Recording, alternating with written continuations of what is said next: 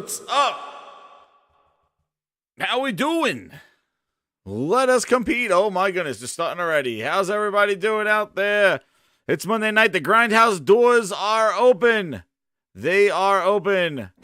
Come on in. You've been banging at the doorbell. Letting you in. Let's go. Buzzing me in. Come on in. The Grindhouse is open, everybody. The bonfires are lit. The fires are burning on Monday night. Monday Night Raw! Raw!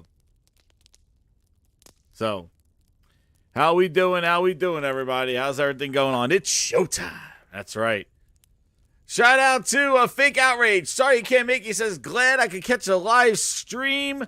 Let's go. Fake Outrage VIP Grinder. Shout out to you. Thank you again for the super chat. Everybody go grab your beers. The Falute is in the chat. There we go. We got the Falute going in there. Everybody is hyped up. It definitely looks like so far we'll wait for all the crowds to come on in. Hit that like button. Share it out. Let me move my screens around here. Phil Ness Mobile. Yep. Yeah, I know. It's all about that. So as you can see, I got a lot of stuff. So I don't know if I'm going to get through it all. Oh, damn, I'm dropping things. Man, oh, man. So, yeah, I got a lot of things going on here. So, yeah, so Walking Dead comes out tomorrow for VR. Story, the chapters 1 and 2. The Chichia was getting good reviews. That's coming out tomorrow as well. That's one of those day one games. You know, day one, the value of services. And that's getting good reviews. The Road to PAX East. Uh-oh. Can you not hear me? Hello? Let's make sure. Can you hear me? Let me go listen. Do we have sound? All right, so I saw somebody say you can't hear me. Let me see. Games, you know, day one, the value of service. I could hear myself. All right. There's sound. All right. Thanks, Truth Serum. Dropping the truth right in that piece. All right, good. Yeah, because I was like, what the hell? What's it? Oh, man. I'm moving my stuff around here. All right, there's sound. Okay, good. Yeah, I was wondering because I see the microphone stuff here because I was messing around with it before. You know, because we had the infamous interviews. It may return this evening if you weren't there for the Grinds Gaming Bite. They may return. We had an incredible speech by Saving Jim Ryan. Saving Private Jim Ryan, we call it. He had an incredible speech for the quality of games. And then we also had a sad speech from Master Chief at the Grinds Gaming Bite. It was very sad about him going over back to Bungie and leaving 343. But yeah, tune into those. It may come back. Hey, I got connections. They may come back to this show if needed. We'll see. You're my number one customer. But the Road to PAX East, I'm going to be heading out to PAX East Thursday and Friday. I'm going to be leaving Thursday, and I'll be there Friday and Saturday on the show floor. So keep it locked here. I'm going to be doing a live stream from PAX East. I'll probably be doing multiple live streams. I got my setup. I was messing around with stuff today, and definitely be doing live stream for that. May even do a show either Saturday night, probably Saturday night. It's on like a recap show with my cousins. I'm out there with them. We might just do a show, and then we will, and come back on Sunday, and hopefully Monday will be a recap there. But I also am going to do some B-roll, get what I can do, any interviews, anything that looks appealing to me. Definitely going to highlight at the PAX East show. A lot of photos, a lot of videos, so keep it locked to my Twitter and keep it locked to the Gaming Grindhouse for live streams, and it'll be a fun live stream. Trust me, I got commentary on everything. It was fun last year when I did it. This year I got even better microphones to do it right this year, so it's going to be quality splits. And don't forget my mask. I know I won't be wearing my mask. Oh my goodness, we got music requests. Put money in the jukebox. Here we go. Liquid Data says, who sings all your songs like Let Us Compete? Laugh my ass off. Well, no. I do have a pretty good vocal range here. And then Fake Outrage says, hit us with the Let Us Compete song. Oh my goodness. People want the Let Us Compete song. They love it. Let's see. I don't know if I can do it. Let the professionals do it. Here we go.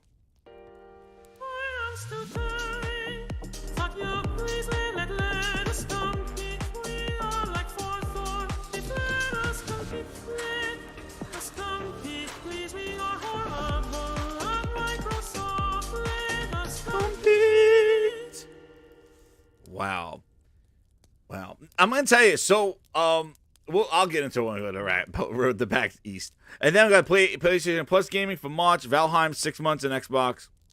I'm gonna shoot through those. Square Enix, Resident Evil 4 Performance going back and forth there. PS Studios updates. I saw a good graphic there. Going through that, and then ES, the biggest publisher. EA, the biggest publisher. I'm gonna show that chart.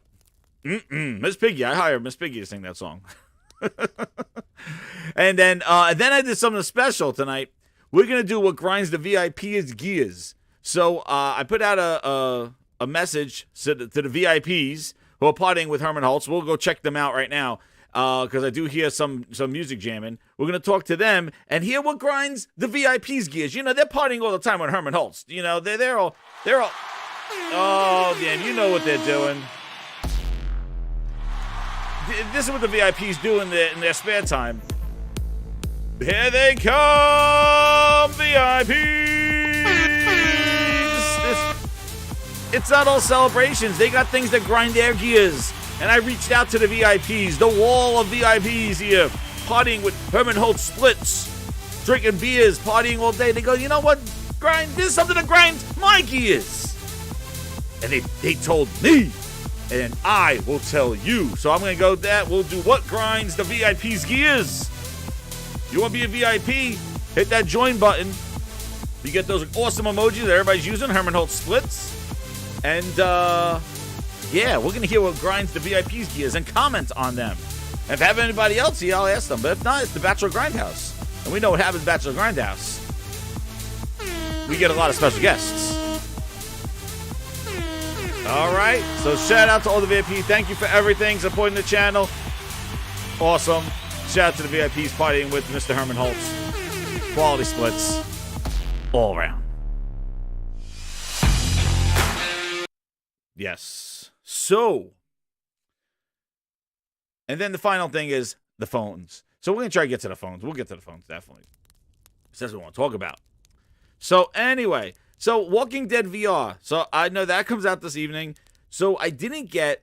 Let's go on the first topic. I didn't get the switchback. Or I didn't get it because they said it was blurry texture, like blurry stuff going on. There's some weird stuff going on. So, I'm just going to stay away from it right now and wait until they send out an update. They already posted something for Switchback VR and that they're going to fix it to address some of the concerns with that. So, I'm going to get it when that comes out. When they fix it with the update. But right now, I'm going to put my money down on the Walking Dead VR game. I'm very hyped for that.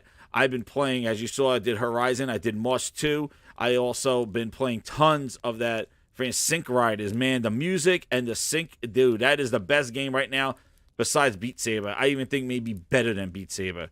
That Sync Riders. That game is awesome. I play that like every day. Like that's my game to go to in VR, man. Get your blood racing, some sweats, and you're ready to go. And been playing that, and then WWE 2K23 dropped. Bought that. Been playing tons of that. And as I mentioned on the Moss 2 stream, we will be having the Executive Gaming Royal Rumble. So we're going to get that. People are working the creator wrestlers right now. We did the Road to WrestleMania with Phil Ness last year, and we will be doing the Executive Royal Rumble. Herman Holtz with his VR will be making a return. Also, Booty Barista will be in the crowd. Phil Ness will be doing his specialty, the Phil Ness spit, where he spits the green into your eyes and you get blinded by lack of quality games. So that will be his finisher. There will be tons of finishes, tons of spectacular stuff. We had Master Chief fighting Kratos last year. Absolutely incredible. I'm getting ready to download them, and we will do a VIP Grinders Royal Rumble, and that will be streamed on the Gaming Grindhouse. I want to be doing an Executive Rumble, definitely in WWE. We did it last year. I did it. So go check out that stream. That was hilarious, man. We were coming up with moves left and right.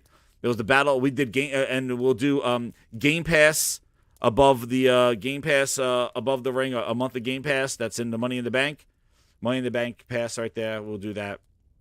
But yes, dude, the Executive Royal Rumble. Herman Holtz, the Jim Gordon Ramsay Ryan. It was incredible. Fernando was there. Yes, Fernando was there. But we will be doing the Executive Royal Rumble. How are we doing that? Dude, that was hilarious. Oh, my goodness. That was fun. Spider-Man fighting against Master Chief. Can't believe it. And Fernando, my goodness. I got to get him back. Got to get him back in there. So people are working on that right now. Hey, if you have the game and think you got a good creative wrestler that could be part of the Executive Rumble, let me know. I'll download it so we get all ready for the stream, and you'll see if I could get some everybody together. We'll get definitely 2 billion gamers in the briefcase. I didn't have studying. Satya wasn't in the Rumble last year. We got to get Satya in the Rumble. So I'm gonna do Satya is gonna be in the Rumble this year. But yeah, it was like Fernando. Where was it? It was definitely. What the hell? Let me see. It was Fernando, Spider-Man, Kratos. Just to show you what I'm talking about, because I know some I have so many new subscribers here. You might have missed the incredible Rumble from last year, so we'll be doing it again this year.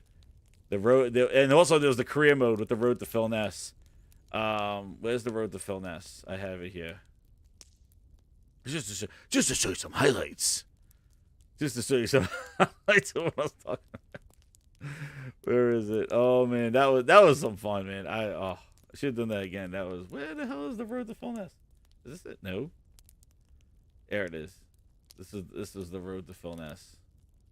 This is the show I was talking about. And actually, his shirt. All right. His shirt actually still. Oh damn! Wrong video here. Wrong thing. Oh, hey, here we go. Actually, the shirt still works. The road. Wait to E3. Now it's just wait to the showcase. But yeah, this was some highlights from the Road to Phil Ness when he was wrestling. He was in training, and this is Phil Spencer trying to get ready for his. This was the training period. What we did. And yeah, he had some crazy moves, and then he made the big time. So we got him in the big time in the career. Let's see if we get his entrance here. Let's see. I did give him some crazy ass mutton chops. I don't know why he has like Elvis sideburns, but here he is, Phil Ness. There he is. Yeah, that swanky leather jacket from merchandising. So this was last year's Rumble. Look at this, man. He was hyped. Road to Phil Ness was hyped. He was ready, man. He was taking on all comers. Who is he fighting here? He was fighting Macho Man right here. See, he had a picture. He has a picture of bootleg Joel on his back of his shirt and a month of Game Pass on his ass. So he'll be back this year. And then he had to wait to E3 green shirt, which is now wait to showcase. There he is, Phil Ness. Give it to him, Phil. Corporate. Uh-oh. Is this? He had, yeah, I forgot what it had his finishing move to be. And then when did we do the Rumble? After he did the Rumble? Oh, then there was the back alley brawl.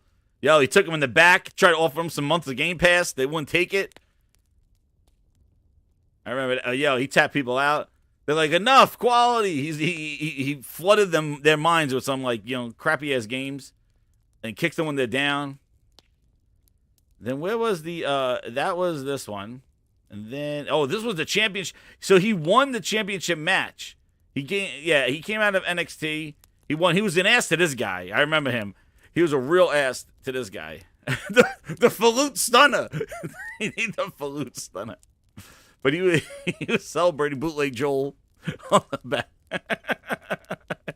He didn't make it to WrestleMania though. He didn't make it to WrestleMania. He did win the championship. I think that's how it ended. He gave them the Phil Ness Slam or something like that. Here it is. I think this is the championship. He won in NXT. He didn't main event WrestleMania though. I think was this his move? Where was the Phil move? Yeah, he had a handicap match. It was crazy. It was crazy, but he used the power of the Xbox fans to take over. Yeah, it was pretty wild. I think he won right here. Look at this. He knows you got a month, you got a year. He goes 10 years. Now he'd be handing out 10 years of Call of Duty.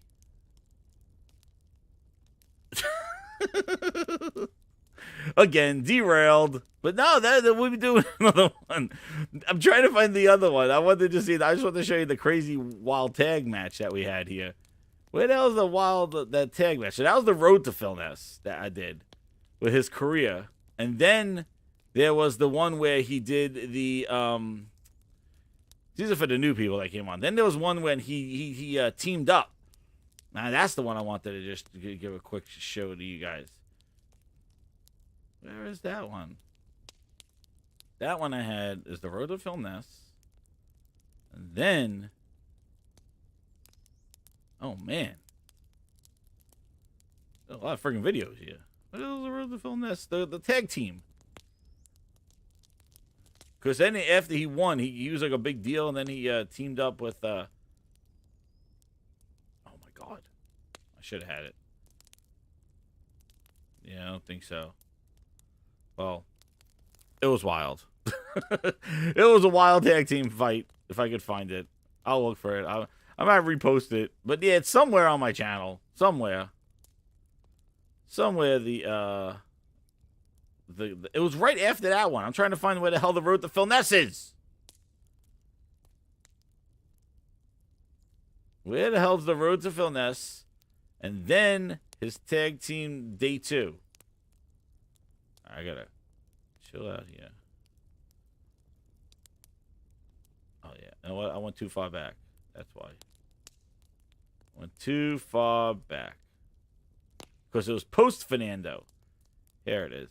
And then, yeah, you know what? I don't remember where it was. It was around the same time. Yeah, actually. That's pretty crazy. But yeah, I don't remember. Oh, here it is. Oh, yes. The Road to Bethesda. This one. Oh, my goodness. Wait a second. Was this the one? No, wait. Is this where he teamed? Yes! This was the battle for Game Pass. But who was he playing? Wait a second. No. This is not the one. It was this one. That's not the one. It was this. This was it. Grinders. Here it is. This was the match of the century right here. Look at this. Look at this lineup here. It was absolutely incredible. Look at this showcase. Who? Look at this. You have Phil Ness. This is a bootleg Phil Ness. We had him. We had Booty Barista, Fernando. Then there was Herman Holst, Jim Gordon Ramsay, Kratos, and Spider-Man. And this was a special guest. This was a secret special guest for this one that we did. But you got to see this the new Phil Ness intro. Yeah, this. Oh man, he was giving everybody the X. Oh my goodness, he was wild. He was.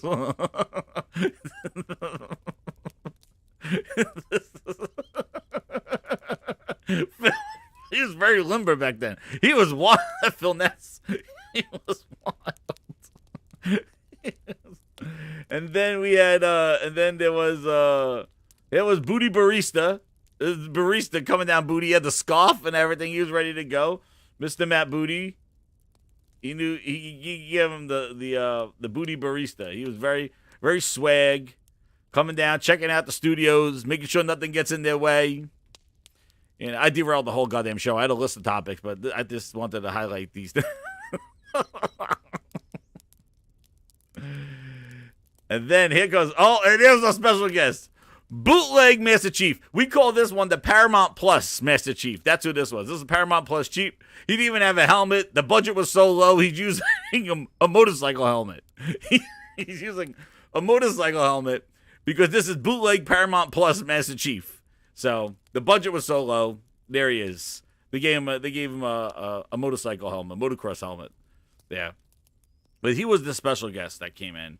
And then there was, I think, Bootleg Joel was the last one. Oh, Link has to get into the Discord here. All right. There we go. Link, I'll get you in here. Let's move you. Oh. I'll move you into here. The hell will I do this? Hold on. Oh my gosh. Oh, here it is. Move to. Oh my goodness. Yo, what's up, Link? Yeah, here's Fernando. Fernando. There he is. Oh, Bootleg Joel. And then the best one I like this one. This was corporate Herman Holst. Jim Ness. This was Jim Ness. Here, Jim Ness Ryan. Saving. There he is. Came down in the suit. He was all ready to go. Jim Gordon Ramsay, man. He came down in the suit. That was Jim Ness Ryan. He comes in, all corporate. He came in. And then here comes the muscle. Is this the muscle? I think this was the muscle. This was the muscle. I think this is Mr. Who was the muscle that came in here? This was a crazy match. I encourage you to go watch it. It's pretty entertaining. The commentary was hilarious. We were going wild on this one. But yeah, Jim Ness Ryan. Again, this is for all the new subs. This is the kind of stuff that you'll have. There it is. There's the muscle. Herman Holst. Dude, that was the beta version of PSVR 2. That was the beta version that he's coming down with. But here's the muscle. This was Herman Holst. And he's using the pre-alpha beta version of the VR.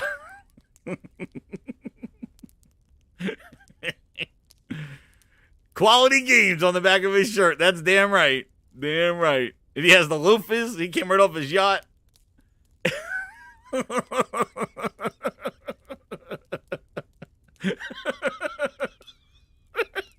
It's wild. Oh man, I laugh when I watch this thing. And then his Kratos, the Kratos came down, and then we have Spider-Man, obviously, and then Spider-Man comes in there. So it was a match. It was a wild match on this one, but my goodness. I derailed. I don't even know what the hell. Yo, what's up, Link? How you doing, man? I'll just let this play for a little bit while we shoot the shit. I'm doing all right. Oh my goodness. Oof. Oh, yo, I was just going over some of the topics. Would you hype for the VR, the Walking Dead? Nah, man, I've never been a fan of that show or none of that Walking Dead stuff. So I'll probably skip it. Oh man, yeah, I'm looking forward to it. I didn't play the first one, but watching the previews of it, I can't believe the graphic improvement from the the mobile version there. No, I didn't do Deslin in this thing. No, but no, this is last year's game. We're gonna do another Rumble this year. We're gonna have new characters in this one. But Satya didn't make it to the Rumble this last year, and this year's game is so much better. But yeah, this is a stream. It was on my channel. I forgot what it was. It's called Part 2: The Road to Xbox Bethesda Showcase. That's what it is. Grindhouse stream. But yeah, it was wild. The commentary was hilarious. I don't know, what was I saying? To get up so we can put him back down. Oh no! And here we The go. muscle! Herman Holst! Right to Oh! the kidneys from It's behind. about quality. He's absorbed No, it's some about damage coffee. Already. Drop kick. There's a sneak peek. We got to have Todd Howard in there. He'll be like a midget. We'll have him like 4 feet tall. Yes, Nick. Bootleg Joel's the pilot from Halo Infinite. Look at Herman Olsen. The quality split. He just did one there at the booty. Showed him what quality was about. Oh, man. Booty's just not ready for this. Kratos. Oh my That's god. how you establish dominance. Booty. Paying it right back. Hit him to with the booty reversal. shot. Booty wants. He's turning the tables. Booty's like, I just get coffee orders. Look I'm at at the this. fight. Oh, right. Fallaway slam. Big time clothesline. Good grief. Oh, booty Look 20. at that booty. And a clothesline. Booty needs help from his friends. Booty's going to the only Into person the he corner. knows. Here's a tag. Paramount Plus Master Chief. Opponent off the ropes. Backdrop. Uh-oh, and the match we've been waiting for. But this is Paramount Plus Master Chief. Just thinking of his helmet. Down on the windpipe. Uh-oh. Uh-oh, he's taking Chief over to Spider-Man. Uh-oh. Herman Holtz wants a piece. No, Jim Ryan wants a piece of a bootleg Master Chief. Spine-crushing impact. Oh, Chief gets up. Shoulder tackle. All right, enough of that.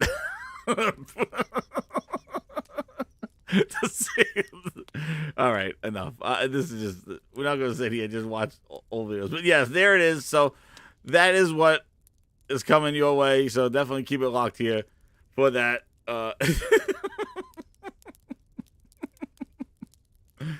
Yeah, there's some funny ass. But anyway, so yeah, so PAX East going in there. The PlayStation Plus game. So yo, Link, did you see that Tachia, Chaya? The Chia, I'm sorry, I don't know how to pronounce the thing. Chia. I've heard of it, but I think I saw it at a PlayStation show or something. Yeah. I don't know anything about it. Crazy ass reviews, man. They're loving it. You know how I feel about reviews, man. I do. Reviews are wild right now, but these are just you know. I'll watch some gameplay and see if it's something I'm into. Is it like a kid game? Yeah. Yeah, we'll get into it together, Mr. Tennis. We're getting it together. When will round 2 be? Oh, there was a bunch of. I missed a bunch of super chats. Hold on. True Virgil with the 199. He says Jim is scared of Phil. Oh man, Jim is scared of Phil. Oh my goodness. And then let me get the other one. I think there was another super chat. Yeah, Link. So you said it's the one with the little girl. You know, it looks pretty interesting. Like a real chill game. Let me just see. I think I missed another one here. But yeah, it does look like definitely a kind of chill game. Well, it has a cool graphics to it. We'll see. And, it's one of those things. It's day one. Oh, it's a silence, so it's Chia. All right, thank you, Josh. Yeah, it's Chia. But, yeah, it's coming day one in the PlayStation Plus thing. And the second one, PlayStation Plus. PlayStation Plus Extra. Because they can't call it Plus Plus. Because that would be too confusing. So they can't do that. So, yeah, so that's coming. It looks interesting. Interesting reviews. I'm just trying to get here. I think I missed a super chat here. Let me make sure I got it. There it is. J942, he goes, Xbox getting hold of PS6 dev kits for Inside Advantage. Oh, damn. We got some insiders in the chat. Thank you, Jay. He's our secret shopper out there. He knows that they're getting hold of those PS6 dev kits. They got to get those tools in there. You got to get those tools ready to go. But yeah, like where's some of the videos of this game? Where is it? Is this? That's not it. And if you don't know what I'm talking about, this is the. There it is. But yeah, it looks interesting. There's some gameplay of it. It had a really cool soundtrack to it. It's all right. We'll see. It's a good addition. We'll see. It looks like there's some flute playing in this one. A lot of instruments playing this. Some things, colorful things, but you can like turn into inanimate objects, which that's a cool element. I would say that's the one thing with it. Give it a try. But look at this. You gotta be playing. This is a flute game. Look at this. You gotta be playing some guitar. Well, that's a whatever that is. Yeah. We'll see. Looks good. Looks interesting. Nah. Oh, there's some combat there. I don't know, but some of these character models though, they kind of look like claymation. Oh, IGN says unstable. Unstable. That looks like some rhythm games here. We'll see. I don't know. 9s and 10s. I think they need to have different levels. Like, I don't think, like, giving 9s to, like, this is equivalent to giving 9s to, like, a Starfield, the God of War, Horizon. Like, I think there needs to be, like, I don't know. There should be some sort of thing. I'm ready for Resident Evil. That's right. Resident Evil 4, baby. I played the demo. Rocking that. I'm ready for that, too. That comes out this week. The reviews have been stellar for that. I know that there's some performance things going on with chromatic aberrations, and does the Xbox win in this one? But the controller lag. There's rumors going around from your insiders telling us about, if that it's fixed, it's not fixed, it may be fixed, but then there's lag with the videos. I don't know. Then you got these guys like you got You got at NX Gamer least. coming in here. The issue here presents in two ways, those with a VRR screen and those without. If you have a VRR screen, the PS5 is the superior version, as across these selections of tests, the mode averages into the low 50s and is often at or above that 48 FPS or 20 millisecond frame time that PS5's VRR range runs to. As such, with VRR engaged, this maxed out mode can still feel very smooth. Aside some of the stutters and dips below the threshold, in comparison, the Series X is often 6 to 10 FPS lower in this mode, and the PS5 is between 10 to 28% faster than the Series X, across 4 minutes or so of like-for-like gameplay. Again, as you can see here, and my average graph shows that it comes out at 15% in the PS5's favour. Look at the now, average even though frame the rate. Series That's X what I'm looking has at, a lower VRR range down to 40 FPS or 25 milliseconds, the Series X is often below that range or too close to it for it to work that well, and therefore VRR will not save the issues in this mode, and there are some sections in the final game that are far more...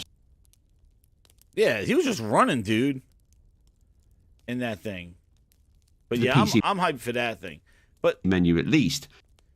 But then there's something where we got here? Aberration and lens distortion enabled. And then resolution-wise, I think the Xbox gets a little PS5, it just causes this double pixel effect. It almost looks like a nearest neighbor scale from a lower resolution.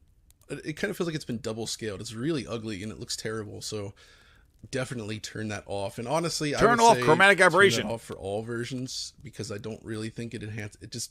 It just makes the image look a little muddier than it should, right? So that's That's one right, thing. Ryan. But on the positive side, they did fix the ray tracing issues. So Alex, you noted in that video that the distance that was rendered out within the BVH structure was extremely limited on PS5. So like even a structure just a few meters from the player would not show up in the reflection, whereas it... So, yeah. There's some weird things going on with chromatic aberration, the performance stuff. But again, when you're looking at the frame rate stuff, that seems to be the thing that's most consistent with this whole comparison, is that there just seems to be some weird frame rate drops, and they try to use VRR to save them. But for some reason, as we always see, the performance seems to be an issue on Xbox. That's what it is. You know, it may have a little bit of spit shine, a little bit maybe a higher resolution here or there, or run dynamically higher. But when it comes down to performance stuff, it just seems that it's not there. And it's just, again, and you know, I see people go, oh, it plays better on Xbox. And it's like, whoa, hold the phone, plays better on Xbox. Look at the performance. And then we come across this thing. I see that. Oh, I saw some stuff today here, right? Metacritic Resident Evil, right? Somebody said that it plays better on Xbox. Why is there media bias? Hold on. Okay. Holy Spirit, activate. Oh, no. Holy Spirit, no. Oh, no. activate. Holy Spirit, activate. Activate. Activate. Link, they asked, why is there media bias? It plays best on PlayStation. Let's do a show. What media bias? About what? Here it is. Why on Metacritic? Now we're going to Metacritic. Why are there 100 critic reviews for PlayStation 5 version of Resident Evil, and Xbox Series X only has 20? Media bias. I mean, it plays best on Xbox. On the PC, or they're going to play it on...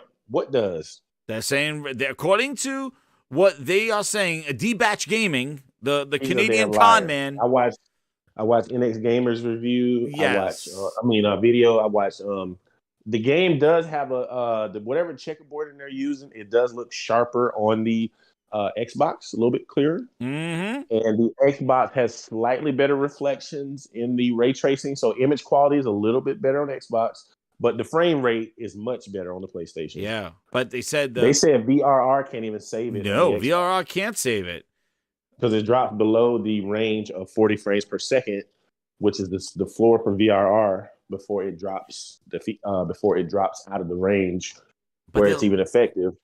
But they're saying if it looks best on Xbox, why is it not being reviewed on the best? And they looked at this Metacritic stuff, and I'm like, well, now we're looking at this. Well, you know, PlayStation's got the DualSense controller, and PlayStation's the more popular platform. It's where common they sense sent for them out to the review review it. codes. Right. 100 people reviewed it. You want to know what? If that's what And we're the going to Xbox do, version, the controls are bad on the Xbox. Well, the they're lag, they said sluggish. input lag is really bad. Yeah, they said the dead zones are zones. bad. Yeah, the dead zone and the input lag. I watch NX Gamer. The input lag is much. The latency is higher on Xbox as well for some reason. So the game doesn't control as good on Xbox, and it's noticeable from what the Digital Foundry and NX Gamer are saying. So yeah, I know. And the Xbox dude said that the issue was fixed. It fixed, but it's not. I know. That's what Digital Foundry said. They said it was not fixed. They said, you know, there's still this weird dead zones and sluggish stuff that they hopefully they address, but they did fix the chromatic aberration, or the ray tracing issue they fixed on the PlayStation version, but the chromatic aberration, turn it off. You know, I played the demo. I think it looked fine. Listen, this is a remake of an old game. Like, you know, there are probably things in there that they probably from, like somebody was pointing to a wall. No, it's new engine. Yeah, I know, but somebody was pointing to a wall and they said some of those textures look like they were from the PS2 game. Yeah, if you're playing on last gen, the textures on the PS4 and PS4 Pro version sometimes don't load in or are just really, really low quality. But that's on the last gen version of the game, from what I'm hearing from these analysis. Okay, yeah, because not the Series X and PS5 version for what they're showing, but Digital Foundry did zoom in on the tech. And you know what's crazy? I watched NX Gamer's analysis. He did not compare the Series S version to the Series X or the PS5. He did an analysis between the Series X and the PS4 and PS4 Pro because it's more in line with the last gen version than the current gen, which is that damn console is just trash. Yeah, like I know, like where's the S and all this stuff? Like they should be comparing the S and the X to help those consumers determine what console's for them. Is it the X or is it the S? Is it worth that extra $200 for the X? Like you would think that those comparisons are there. You know what's funny, Link, is that the fact that you brought that up.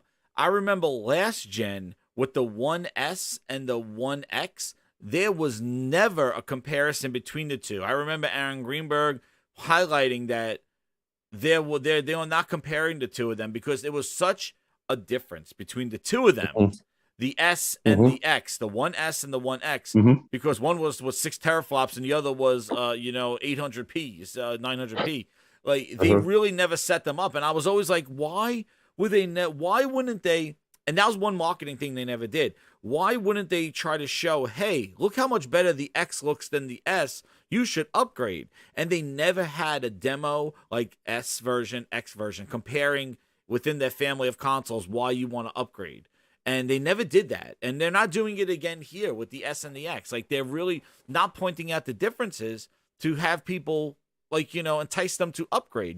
When you sell an iPhone 12S and an iPhone 12 Pro, Apple's out there trying to show you, well, this is what you get with the Pro, and this is what you get with the S. Like, here are the differences. And Microsoft seems to be afraid to show the differences between this. And they did it last gen as well. They didn't compare. Man, listen. I watched a video, and Digital Foundry does a little podcast where they address different things throughout the week. They talked about DirectML or whatever, all those features. I had that video. Yeah, with the what was that? The machine learning. The thing is, though, this thing. The problem that they have is they have all these so-called features, but in the real world, none of this stuff is translating into any kind of anything. Yeah, and what's funny? What's funny, Link, is that in this video, at the end, they say that machine learning, they say, like, here's the example of it. They have it right here. They say that one example of machine learning is actually Spider-Man. In a Microsoft exclusive game. That was done with machine like exactly. they do on a real human being. Something maybe they're called that. I don't know. I don't know what they're called. You'd actually get you'd actually get like the a Sony game actually did machine learning before Microsoft did. Who talked about it the most? I don't know what they're called. But either way, those muscles would scrunch up more like they do on a real human being. And that was done with machine learning, and it's probably cheap, even though it's not super accelerated because it's just a small function. I think that's more of that could be done in an Microsoft exclusive game. Maybe call that. Hey, I Mischief. don't know. FP16 machine learning thing to make the muscles deform better on Spider-Man's suit when he moves his arms up and down. Insomniac again. You'd actually get Insomniac is the one who did machine learning. I remember that when they did the muscle deformation, and that was machine learning that Insomniac did. Meanwhile, Microsoft was talking about direct ML, machine learning that's baked on the chip. Again, it's all baked on the chip. What's up, Cyber Dragon?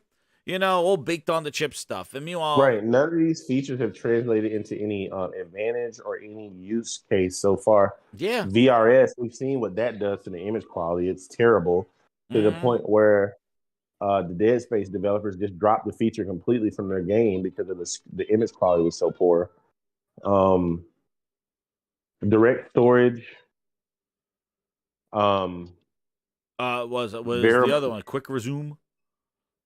Quick Resume, yeah. Yeah, he says it right here. It's a checkbox. Yeah, wait, he says here. He says it here. He says that it's a because the person asked the question. Oh, what the hell? He says it was just a checkbox that they were using. What the? Look at this thing frozen up. Twitter trash.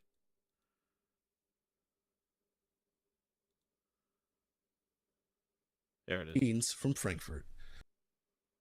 And greetings to you from Frankfurt as well. So, Alex, what do you think about this one? I think this was another kind of checklist thing on the Series X launch where not much has come of it. And it's a shame. Enough of this stuff. I think it's been a sad story for all the stuff that was talked about since Project Scarlet and what's been here. Sergeant's laying it out right here. Velocity architecture. That's only turned into a tattoo. Sampler feedback streaming. I don't know what that one is. Hardware VRS 2.0. Mesh shaders. If you ask about mesh shaders on Twitter, Copies will refer you to his video. Yeah. Mm-hmm. None of this is translated into any real, because you know what? Your first party is where you depend on to show off what your console can do. And their first party has been lacking. You know, it hasn't been nothing. Hell, look at the ray tracing in Halo. You saw that, right? They talked about ray tracing so much. And it's on PC right now. It ain't even on a console. No. Like, you know, that's what I mean. Like, you know, the ray tracing, they did it as a They showed it off with Minecraft and then they canceled it. Yeah. Well, and the ray I guarantee you the reason why they canceled it. I guarantee you they canceled that because they showed off the tech demo. Who was it? Was it Austin Evans? Who was it that showed it off? Wasn't it Austin Evans that went to test it at Microsoft? I don't know. Remember, he went to, was it Austin Evans? One of them guys went to Microsoft this is only on PC, and was showing off. I'm just showing the video of Master Chief ray tracing that was in Season 3 Yeah, update. it's only on PC. This is only on PC. There's ray tracing. Yeah, they were showing it off running on the Series X. I mean, it was running at 30 frames, but the lighting was impressive on the game. I think it was Austin Evans. Wait, which one of them guys is the piece? Nah, I think it was Austin Evans. I'm pretty sure that's who it was. Anyway, it wasn't the best frame rate, but it did add a major visual upgrade to Minecraft. I guarantee you the reason why they canceled that feature is because there's no way they could have got that to run on the Series S. Quanavo said it was Austin Evans. Austin Evans. There's no way they could have got that ray tracing running on the Series S when it was running that bad on the Series X. So I think they just decided to just scrap the feature completely. Well, they did decide to cancel the update completely. But there are games that have ray tracing on the X and not on the S. Yeah, but we're already seeing some of them. But what I'm saying is, when you tout these features, your first party needs to show it off. And one thing I will say is, just about everything that Mark Cerny talked about in the road to PS5, the developers have implemented it into their games. Yeah, so they're not just talking about features; they're showing these features and how they can improve gaming. Yeah, Ryan Land says Digital Foundry and Austin Evans went to check it out. Yeah, exactly. And then they canceled the damn feature. Yeah, but look at this ray tracing. This is on PC. Look how minor this is. This is not just the lighting. It's a shadow. Like, look, you're getting less shadows. Like, look at this. There's more detail and this shadow with the thing, and then you turn ray tracing on, and it's a blob.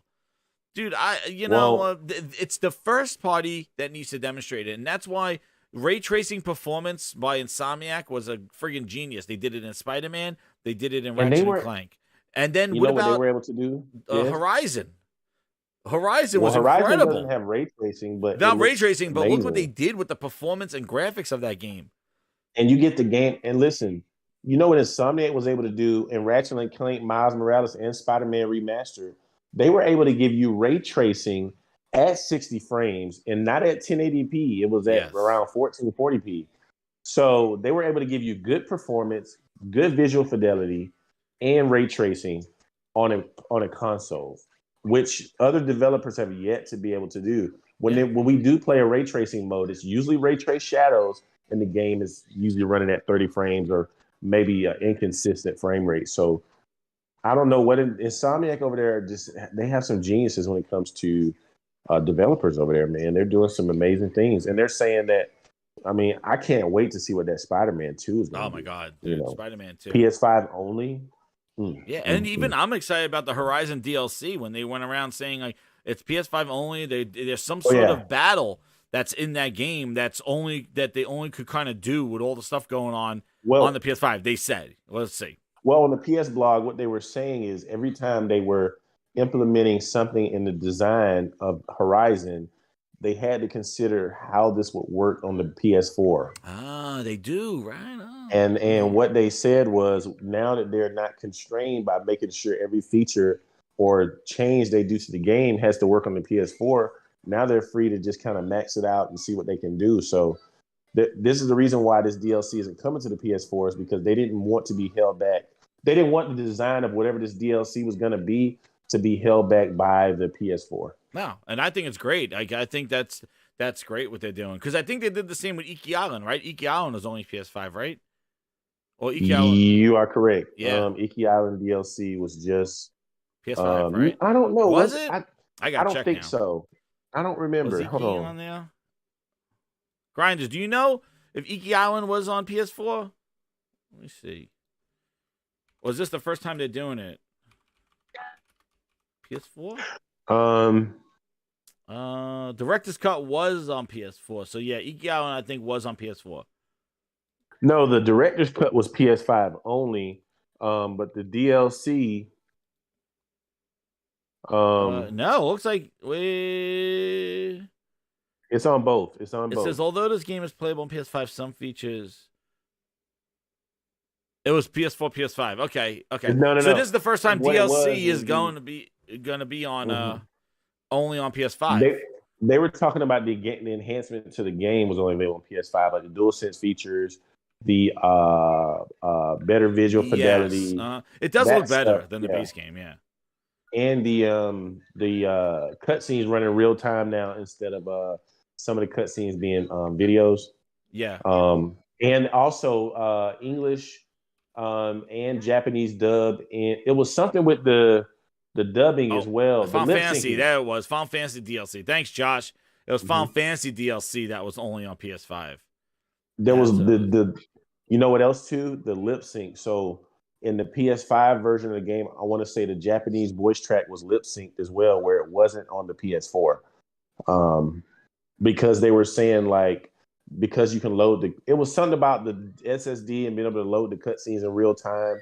They were not restricted to do I don't know. It was some shit like that. Anyway. Gotcha. Well, here's the Horizon thing. The DLC includes a battle scene that was too demanding for the PS4.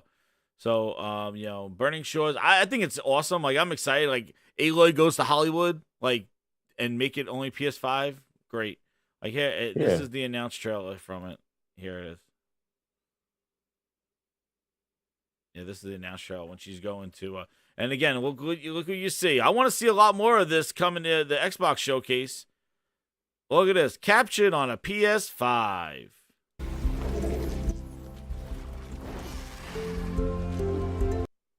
There it is. I want to see more of that. Captured on a PS5. Do you think we're going to see a lot of that? And probably not captured on PS5, but captured on Xbox Series X.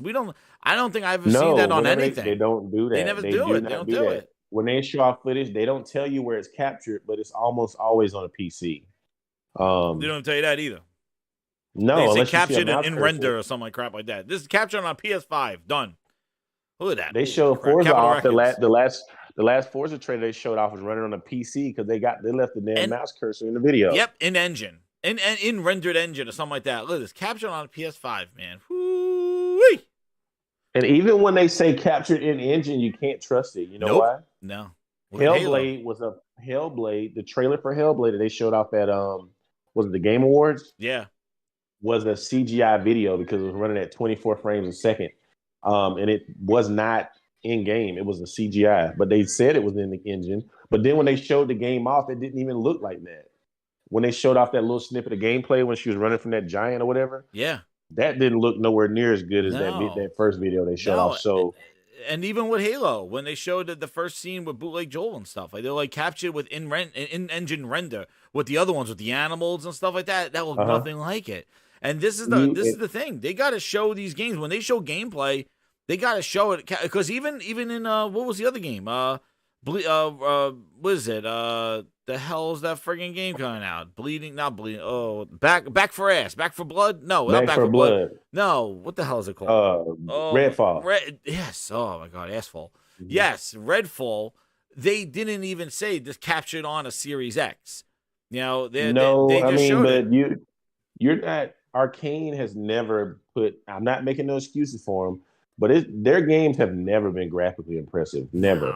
Ever. No. Their games have very simple geometry. Even the lighting looks bit like lighting. That was something not good. Probably not good. Sorry to interrupt you, Link, but I'm just wanted to give you some background visuals of what you're going to talk about because I didn't have it on the list. We've been bouncing around here, but we're talking about just like this whole the graphical stuff and coming to here. But they did drop a campaign trailer for Redfall.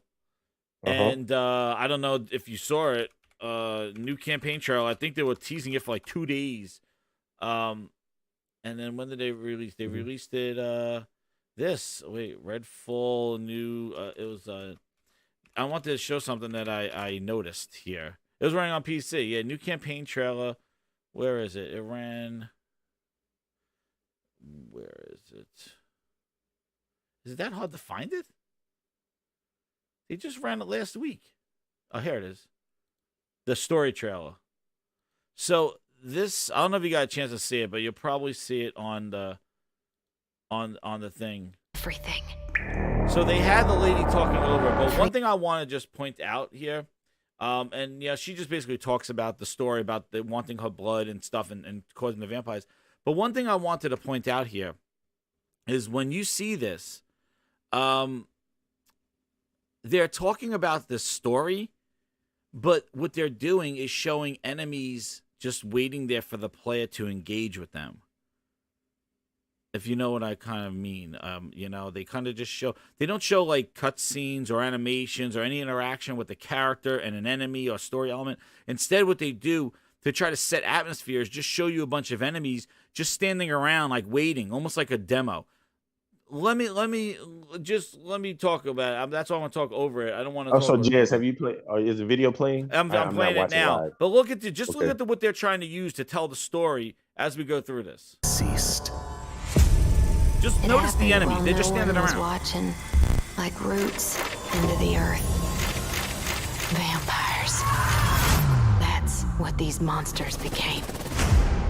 Yeah, this part.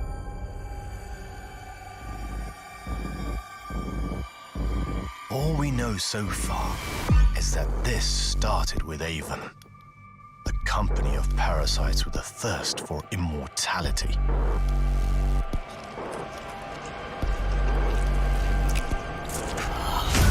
Bit by bit, the town was swallowed up. Missing people, dead bodies, cults. They will come for you in the night and leave you empty. And just when it seemed like things couldn't get any worse, things went bloody dark. Cultists call them gods. Unimaginably powerful vampires ruling over Redfall. The Hollow Man, Bloody Tom, Miss Whisper, the Black Sun. gods created by science. But how do we stop them? But do you see, like, it's so weird. They're just standing around. Here's the gameplay. Again, just walking around. But, like, they're just showing the enemies, like, standing there waiting for the person. That's what I noticed. Like, they're just, like, it's like, is it all told through, like, I don't know how it's told, but, dude, it's just. My thing, too, is that the character models don't look very scary. Like, they're trying to give this, like, Resident Evil, like, real horror vibe, but the characters look like cartoon vampires. I think the engine that Arcane uses has a very cartoony look. If you look at games like Deathloop and Dishonored, those games they don't have a realistic art style, and the character models are really low poly. So this game is just. Yeah, it's just what you're gonna. You're not people saying it looks flat. Nice music though. Yeah, nice atmosphere, music and stuff. But like, it's just that the like sound doesn't match the visuals. It looks like Deathloop graphically. Yeah, like it looks like those Arcane games. Like they just like these long, lanky characters with these weird things. And again, they really don't show the game. They show more co-op. More co-op. They show. Look at the environment. Look at the environment. There's not a lot of detail there. No, there isn't. There are no shadows when we saw the gameplay before, but like everybody's just like when they're trying to highlight the enemies, the vampires, lab created vampires or something like that. Like, watch this. This dude's just standing there, like NPC waiting for you to come up to him. They just took like a camera and just moved it around the environment. Like, look, these guys are just standing there. This guy's just standing there waiting for you. She's just waiting. Like, nobody's animated. There's no story. Like, I don't know. Look, they're just standing there waiting. This is the issue, though. This actually is probably going to be a decent game. Probably going to be a good game. But it's not going to move the needle. It's not going to because this game should be a +1. This should, we've yet to get to the main course with Xbox. Yeah, and I don't know how this is going to be in single player either. I think this is going to be a draw. Like, remember, this has battle passes. This has new heroes. They keep saying, like, oh, but you could do this in co-op. But you could do this in the campaign. problem with co-op. You could do this in co-op, but, like, it's a whole different story but campaign by yourself. And it's like, I don't know. We'll see. The problem with co-op, you do keep your guns and anything you've unlocked. Yeah, you don't when you're playing with your friend, but the story progress, you don't carry that over to your game. And with this, T Harrison, they could be in T poses. That's right. They look like they're in T poses. They look like here it is. This looks like Redfall Hero Pass. Honestly, Halo. What was Halo? The last Halo on the 360 was it Halo 4? No, it was Reach. Well, when Halo 4 came out before Reach? No, Reach came out. Oh no, 4 came out after Reach. Halo 4 was the last Halo game on the Xbox 360. That was made by 343. It was the first one by 343, and it was That game was graphically impressive. Oh on the Xbox 360. Hell yeah! That game looks much better than Redfall. Oh, dude, Halo 4 looks better than Halo Infinite. It does, but because if you play the Master Chief Collection, it does. But how does an Xbox 360 game look better than your next gen only first party game that's supposed to be a AAA game? Like, what are the technical? What are the technical? This is being a first party game, only next gen, $70. What is the technical? Wait, it's like $100 if you want $100 if you want the pass. Yeah, but what is the technical marvels of this game? Like, what is? I want to know. What is it? Like, they're not highlighting. I guess it'll probably run at a good frame rate. Shadows are not there. The lighting, it does. Yeah. The character model, and you know what else too? Arcane games historically, if you played them, have very poor AI. Oh yeah. I hope they improve it. But Deathloop, one of the main complaints about Deathloop was the brain dead AI. I really hope it's better here, but I am not expecting it to be. because it looks like they're using the same game engine. So I really feel like it might be time for them to upgrade their engine. Yeah. Yeah, like that DLC. Where is this? Is this the DLC? Well, yeah, that's right. That dropped, but like, yeah, it just seemed like the character, like them showing the enemies, really would just like kind of just standing there. Like, so what is your interaction with these characters? It's like, oh, the Doomslayer or something like that, and it's just, I don't know, but yeah, here's some gameplay here. I guess they showed it. I don't know. Oh man, dude, that's the Borderlands, guys. That's the Borderlands with the animal. And there's no blood when you kill the vampires. Like, they vapor. I don't like that. Like, they show some blood, but they're not showing blood when you shoot them. There's no blood. Like, if this is a mature game, man, they should have, like, old blood coming out of them when you stab them. Anybody expecting this game to... You're not... on the technical aspect, you shouldn't expect much from this game. Based on the track record of the developer, you shouldn't expect much. And much technical stuff. Well, we'll see. No. We'll see what it is. No. I mean, it'll probably be 4K and running a good frame rate because it's not really pushing any. Maybe that's why it looks like that, so they want the frame rate high. If you ever notice, Xbox first-party studios, for the most part, don't make anything that's photorealistic, graphically intensive for the most part. Most of their games are these low-detail, cartoon-looking games. Yeah. Yeah. I mean, that's what they have been. And yeah, it's like they have been that way. They've just been like these kind of cartoony looking games. That's why even Starfield is going to be more a realistic set piece thing without, it doesn't have that cartoon look to it, I guess. But Kali Hugo, too, he goes, that gameplay still looks weak to me. Yeah, the gunplay. I mean, yeah, I know. I agree. The gunplay does definitely look weak. That's one of the areas that they got help in. But we'll see. But this dropped also. Did you see? Did you see? Well, I don't know if this is one of your topics. Are you going to talk about Starfield's 18+ rating in Australia? No. Is that part of your thing? No, I didn't have that on there. But yeah, I saw somebody said, yeah, I did see it got rated 18. Yeah, I did see that on there. For drug use. I'm interested to see. That's going to cut into the amount of people that can purchase the game. That's not good. Well, I don't know. Is that what they wanted? Are they going for an M? No, they always want to. That's not a mature rating. That's 18+. What's in Australia? That's not an M. No, that's like no. That's, let me see. In Australia, mature rating is 15+. Oh. This game is 18+. So this is almost like an adults only rating on a game. Oh damn, that's even higher. Well, that's crazy. Well, I did get some inside knowledge that there was something concerning Starfield. They did I did get a preview of the developer direct. The developer direct was previewed here, so I showed you. This is a little bit of the mocap for Starfield. They're showing some of the mocap for Starfield here. Looks real exciting. It was very interesting. So we got the mocap here. This is a little bit of the developer direct I'll be seeing in June. This is behind the scenes right here.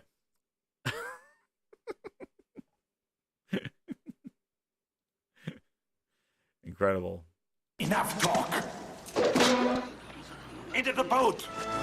Into the tunnel. Get to the chopper. Shit.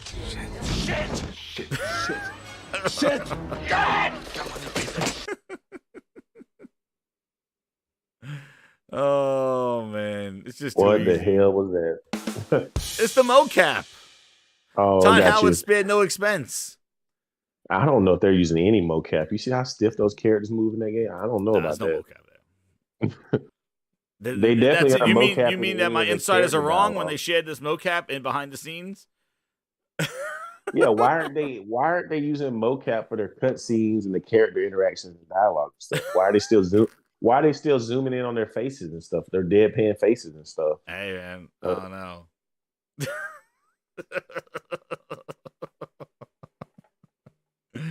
Oh, I tell you, so my insiders are wrong. I have to go. I'm gonna go back and yell at them. They sent me this and they said, tweet this out. This is behind the scenes of the developer direct that's gonna be seen. And well, I guess they're wrong. This is not mocap. Link confirmed there is no mocap. So yeah, that's even worse. But anyway, so yeah, there's I didn't have that on there. But one of the other things that I want to do, we're jumping around here. The Square Enix, they doubled down with their exclusivity. Oh, this is what I wanted to show. Before I move to the Square Enix thing, look at this. This is what I want to say. This goes back. This is what I want to show. Take all my money, they said. Take all my money at the Grindhouse. They're throwing it at Starfield. They can't wait. That mocap is lights out right there. The Last of Us, eat your heart out. They're ready with the mocap. They brought it back. Let us come. What did they say? What? Phil? Oh, no one else came with that thing? They said, wait a second. We got something for you. Let them compete mocap. That's what that is.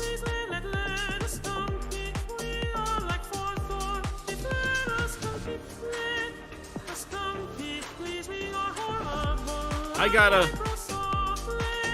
Link, if you don't mind, I got about maybe a 2-second rant here, if it says 2 seconds, but just to jump to the VR thing, because I had a little thing that grinded my gears here, and we can't do this without grinding some gears.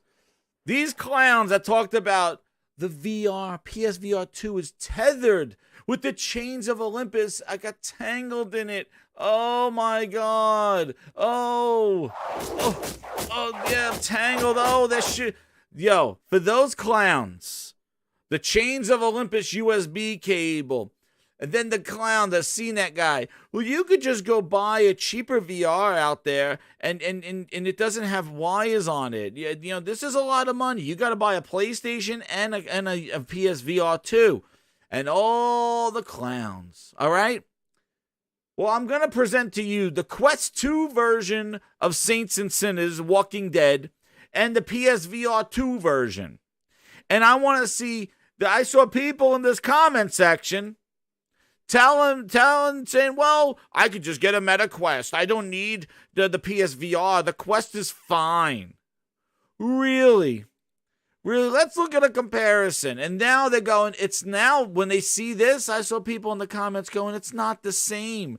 You can't compare the two. Oh, really? We can't compare the two of them. We could compare the two of them, though, when you were saying that the PSVR 2 was too expensive and it had a wire on it, right? Right? Let's play some little flutes. Really? You can't compare it. Now they don't want to compare it. Oh, well, it's a mobile platform compared to the... No, let's compare it, bitch. Because when you were reviewing your PlayStation VR 2, all I heard was the Meta Quest. Oh, there's a Quest that's $400. It's cheaper and wireless. I told you, it's a friggin' phone strapped to your goddamn face. That's what it is. I'm trying to use the phone. It's a friggin' phone slapped to your ass. That's what that Meta Quest 2 hours with a phone strapped to your head is. It's not the same thing. And they were going, well, you could get VR for cheaper out there. This is $600. It's too expensive. I got a Quest. I'm fine. Are you right now? Look at that trash. And now, that's how that trash looks in your face, right? On a screen. Now, take that. Now, I want everybody right now on the Grindhouse to take your two sources, your eyes, and put your face 1 inch away from this screen and tell me how good it looks then. Because it's going to look even worse. So imagine this in VR looking like that trash at the bottom. And tell me if you're not going to throw up. It's not the same thing. There's a reason why it's tethered. Because the power gives you the higher fidelity. Look at what they did with the Quest with a mobile processor. It's not the same thing. And it should never have been compared from the beginning to a Meta Quest.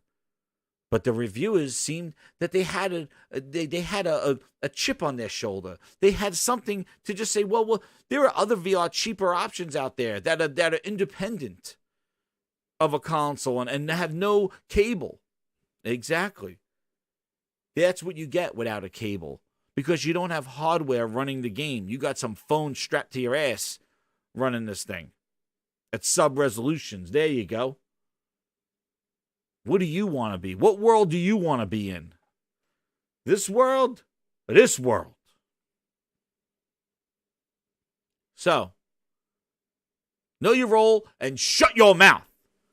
You stupid reviewers out there comparing the Quest to the Meta Quest, Oculus Quest to PSVR 2. No, there's something that we heard before and Phil Ness said before, high fidelity VR. Yeah, this is high fidelity VR. This is a phone. All right? And that's what grinds my gears. Because before launch, they were comparing these two. Oh, just go get yourself a Quest. Link, weren't they? Weren't they? I'm not lying. They were. Your sources there? I think my sources too. Grinds Foundry. Here you go. Now it's like, oh, you can't compare the two. You can't. Here's another comparison. Shout out to TCMF Games. Look at this. What? Oh, look at this. There's a friggin' window and there's trees in this one. There's a window in the other one. And you know, they have something I could never have. Really? And what's that? A soul. Hold on. Okay. Holy Spirit, activate. Oh, no. Holy Spirit, Look at this. activate. Holy Spirit. Answer me, Link. Activate. Activate. That's right. That's right, Geonos. Answer me, damn it. Look at this. This is not even better graphics. Look like two different games. But the Chains of Olympus. And here we go. Danny we got our first clown of the evening. We got our first clown. Here it is. We got our first clown of the evening.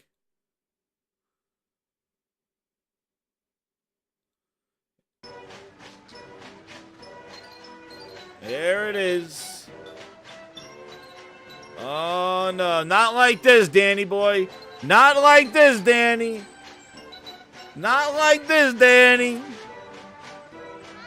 The Quest is standalone or linked. If it's standalone, it's not fair comparison. Danny, not like this. Not like this. Don't tell me when we play everywhere, we're playing friends, what are you saying? Not like this, Danny. Oh, Danny got 61 people following his clown ass.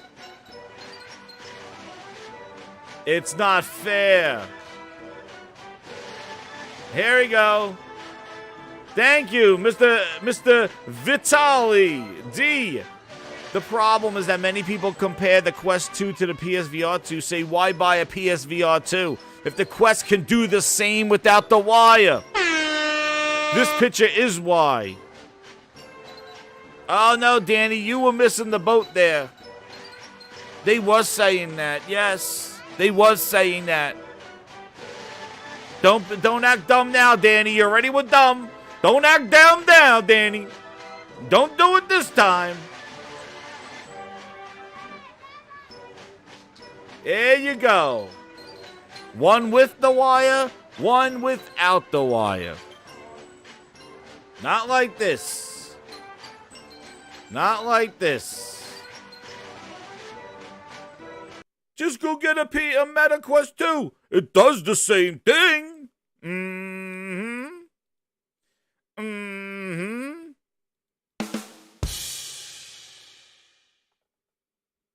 Shut up. Goddamn clowns.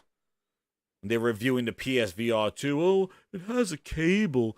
It would be nice to be wireless. It's so heavy on my shoulder, and I'm tangled in the wire. Oh, my God. Why is this wire here? Why is the wire here? Because you get a game with the wire. You get somebody's ass cheek spread open with the goddamn mobile headset. I don't even know if it's the same picture. Quality. Why do people have a problem with quality? This is the thing that grinded me up. I was like, really? PSVR 2, and if you go listen to my PSVR rant when they were reviewing it, actually I did a whole review. I did a review saying that they weren't comparing. They needed to compare PSVR 2 to the $1,500 headsets, to the Vive, whatever the hell it is, high fidelity VR. The Quest, it does not get compared to the Quest 2 as a consumer level one.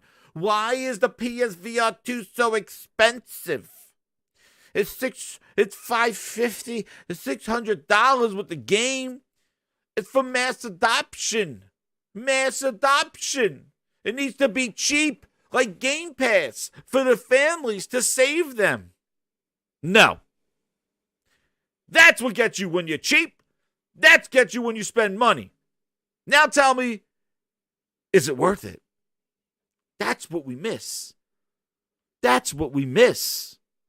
You gotta pay to play. Oh, but you like to, they're stealing your money, grind this. No.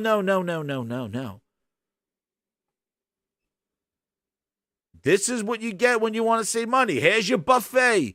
Here's your McDonald's of gaming, a VR. Here's your McDonald's. Right?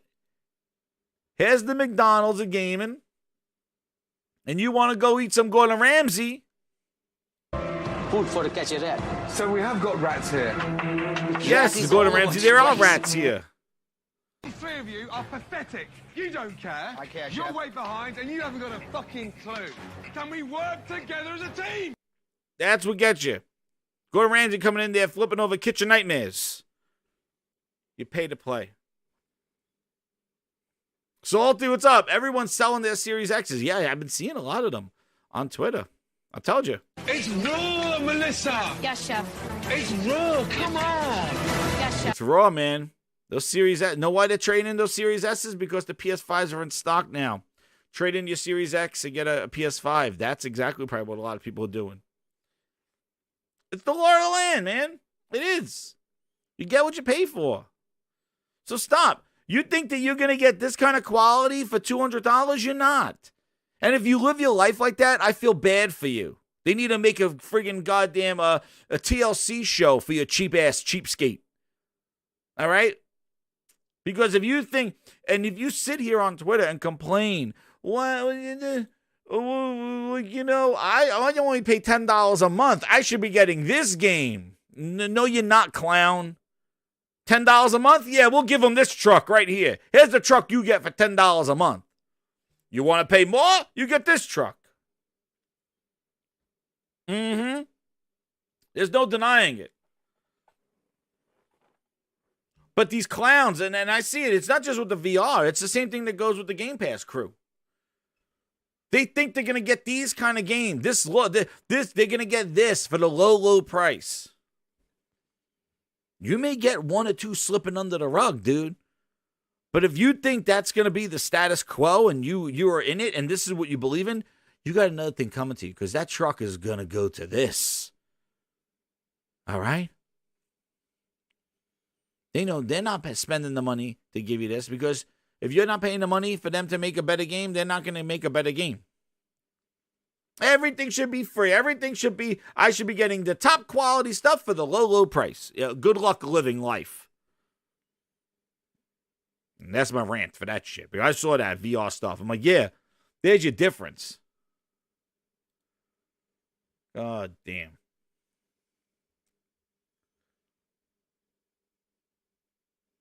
And we got to do an intermission here. Link, I don't know if Link's still away, but this will wake him up. You know, you pay for the flute. The quality flute.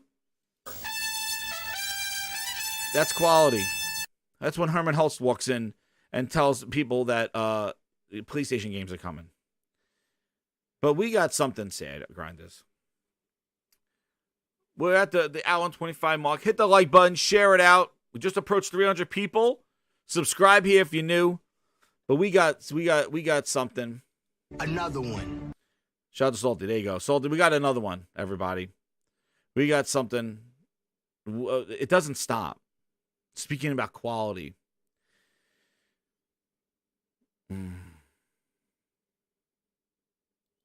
Sign me please, I will bend over and touch. My knees tell me it's better when we all play and make exclusive games and like. To my face, thank you, Phil. Oof, guys, we got some horrible some news here. I don't know what's going on here, but if you can hear it in the distance, I'm hearing it. If you just put your ears close, just if you could be a little quiet, just a little quiet, and you could hear it in the distance. If you just breathe, I hear it. Oh my God. You know it's coming. I hear it in the wind.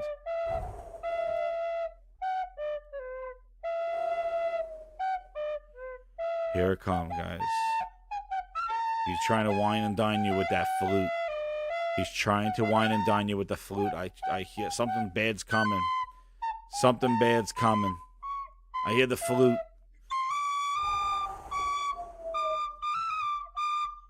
Oh, man.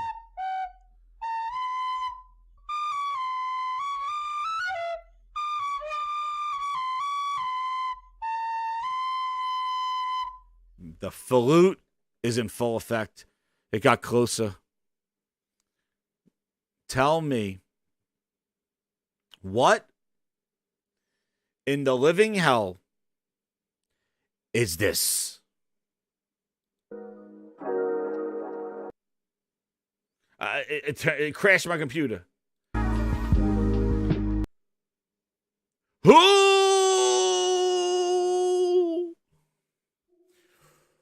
What are we doing here?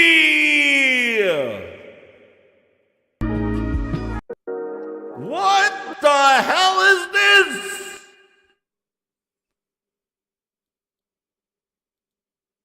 Do they think they're GQ? Phil, what are you doing? Was that an Xbox sock? Was this guy chilling with an Xbox sock?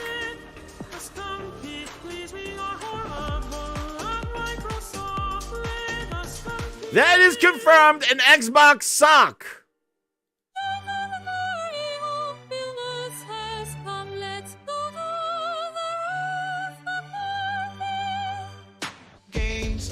Play it all! Play everything!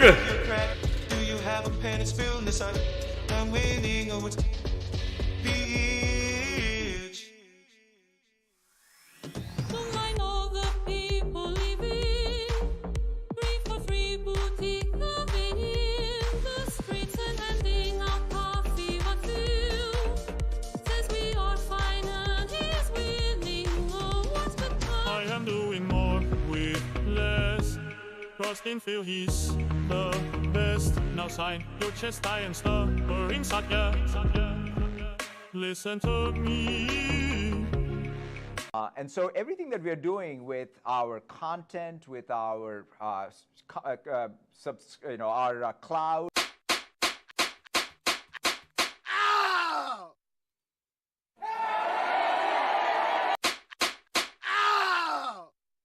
Means when I think about Xbox, I'm going to think about Quality socks. We have work to do there. We haven't done our best work over the last few years with our first-party output. That's always been a hit on the company on that. Whenever I hear some criticism. Yeah, I don't know if I'd say always. Like I think we've gone through times. Not to throw mud on you, but I have no. That's a fair. Yeah, I think it's something fair to say. It is. It is fair to say, and.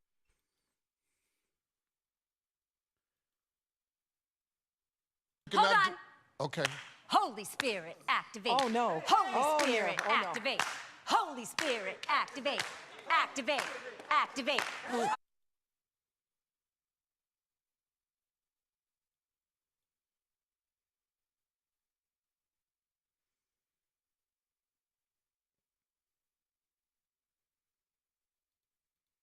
You are too quick to temper.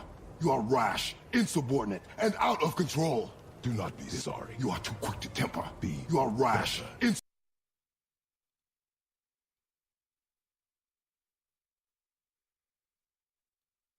What are they doing? What are they doing?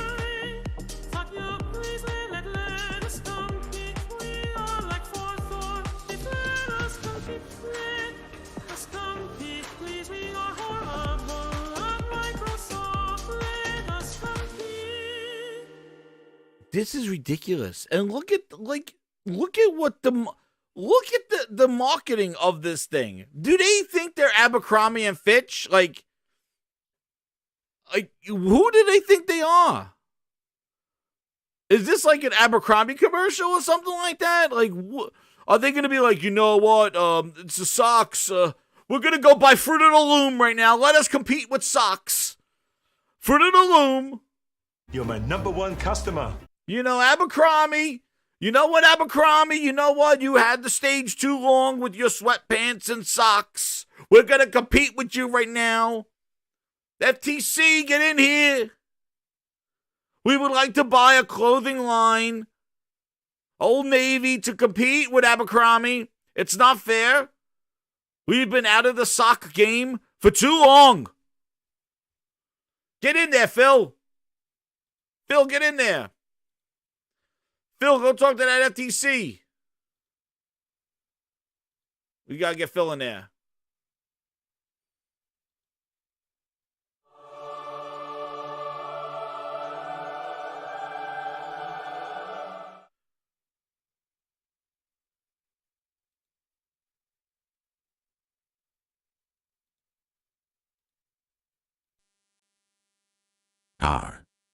We've been out of the game for so long now. Let me tell you a story. A story about a company that needs to compete.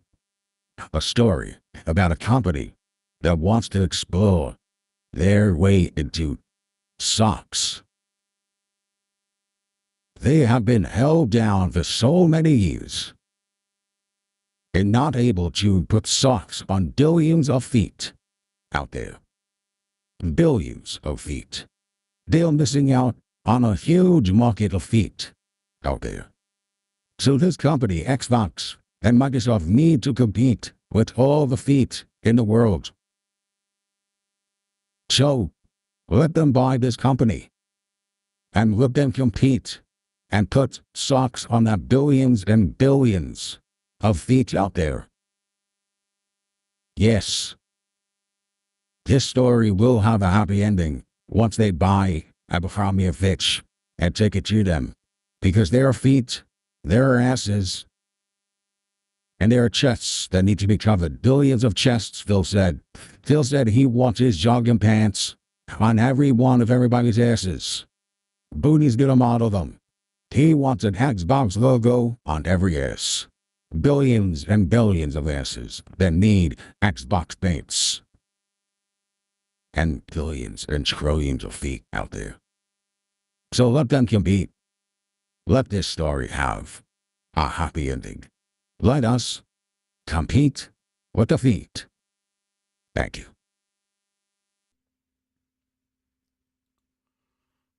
Wow. Okay. What a story. Socksational, says Josh Ayres. My goodness. My goodness. Game Night says, let us compete in the clothing department, he said. Let them compete in the clothing department. This is not worth it. No, it is. This is what they said. Jim Ryan, you have something to say? Jim Ryan's crying, everybody. Who are you? Enough from me. We're gonna have the games do our talking. One guy's talking about the games, but he's crying. What are we doing here? And what are we doing here? Like, seriously. Is this for the gamer? What do Xbox socks? Xbox socks. Well, you know what? This is the Xbox Essentials collection.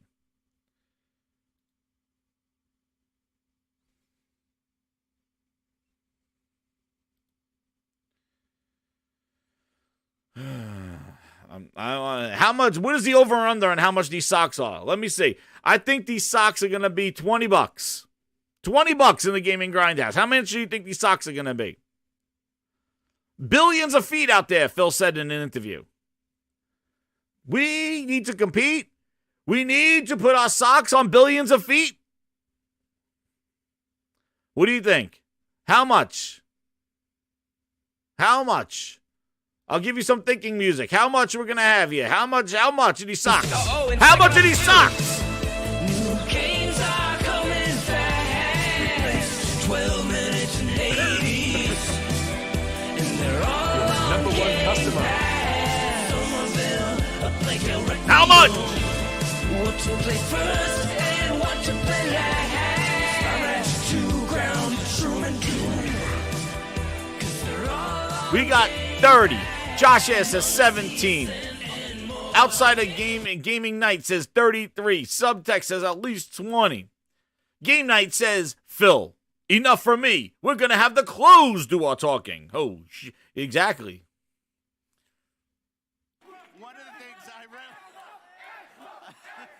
25, Leach says. Steady Flow says 20. Just Wait says 15. Let's see. Xbox sucks. 15! $15. Just Wait. Got it just right. $15 for Phil Ness Olive Bootleg Joel Green. Quality socks. Made from Phil's recycled underwears. You could be part of Phil by buying this. What a steal. $15 for socks. Gee. But the hat is 30. Holy crap. The hat is 30. With a tramp stamp on it? My God. This is the Essentials line. I don't even want to look at this thing. This is just, oh my God. What are we doing? This is just Halo Infinite stuff. What do they got for freaking Halo Infinite? Oh, goodness. I think we're just getting started. Oh, shit. If there's a mug that says more facts. Oh, Jesus. I think we're just getting started.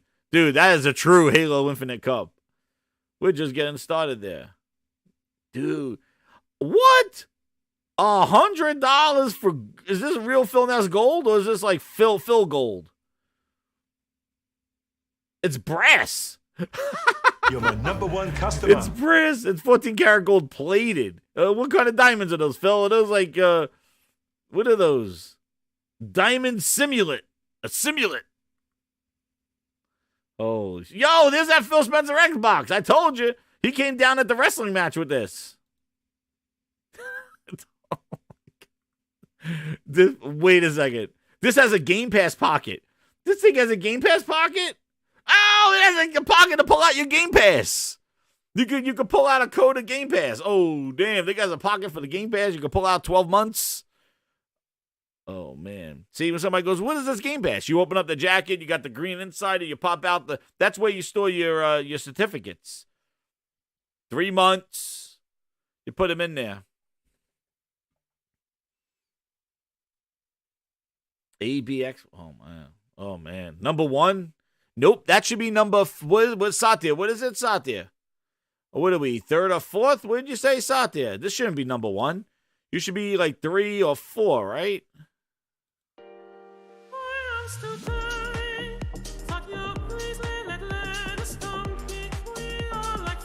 4th or 5th. So this should be 4 or 5, not 1, right? Yeah.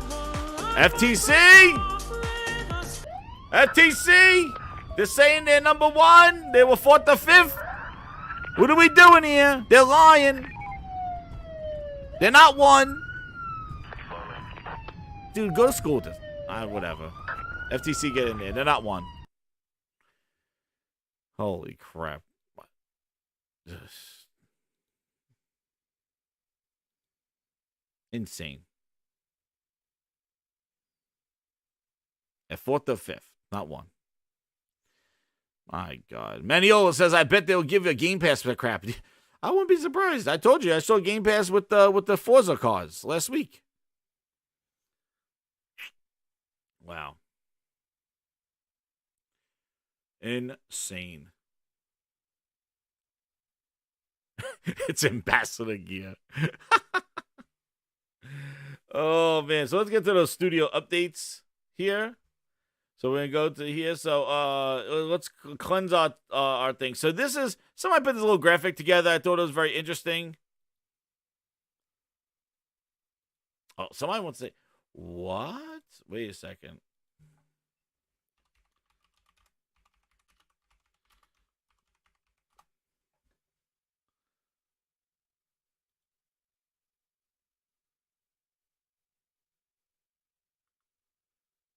Wait a second. Ryan says something here.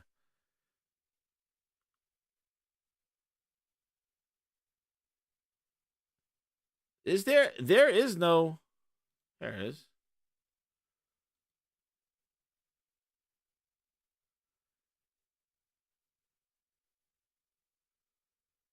I want to see if they got PlayStation. Wait a second.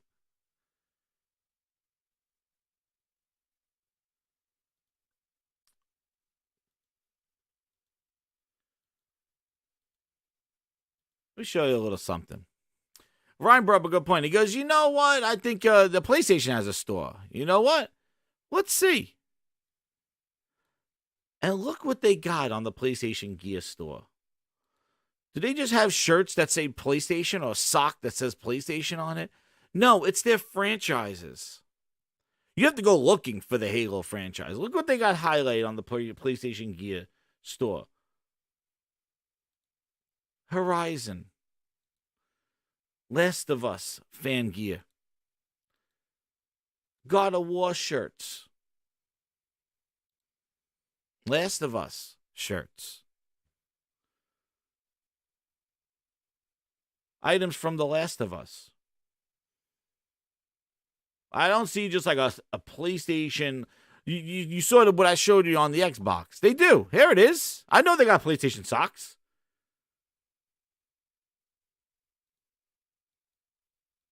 Oh no, a Forspoken jacket. Uh-oh. Discount. A Forspoken denim jacket. They got a Forspoken jacket.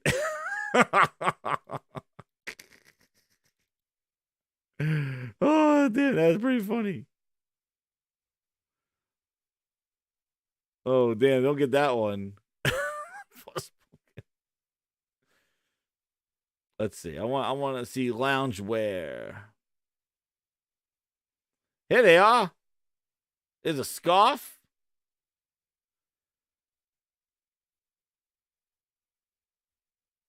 These are the special ones categories. Let's see. Brands. PlayStation. Here we go. Here's the PlayStation stuff. Quality clothing.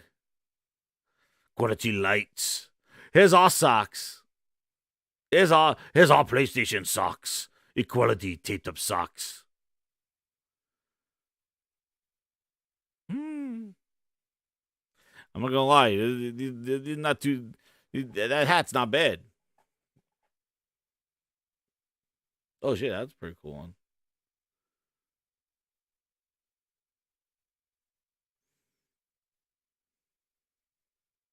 Oh damn! It is jacket. Holy 100, a quilted bomber jacket. Does this have a Game Pass pocket? Dude, looks like you're on the dev team. You want a toaster oven? I don't think they have toaster ovens yet. They got a pen. I don't see refrigerators on here though.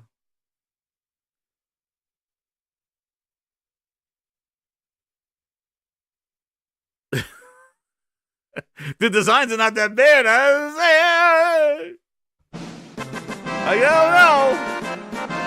don't know, dude. Like, it's gamer wear. For me, this looks like gamer stuff. Like this, like, hey, yo, these are cool socks. Number one customer. That Xbox thing, it looked like it's freaking. They're trying to compete with Abercrombie and Fitch. Oh damn! Look at this. You guys didn't get me to buy shit in here. Look at this mug. Do you think that control will break off? Dude, that's pretty lit. Look at this. Xbox, you got to do better. You got to do better. Do not be sorry. Be better.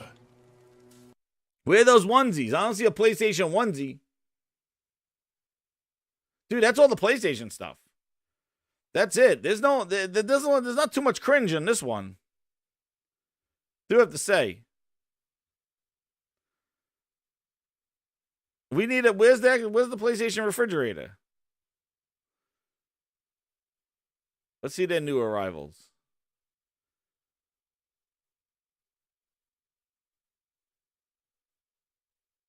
That mug's pretty damn cool. Like I said, some of the Master Chief stuff looks pretty cool.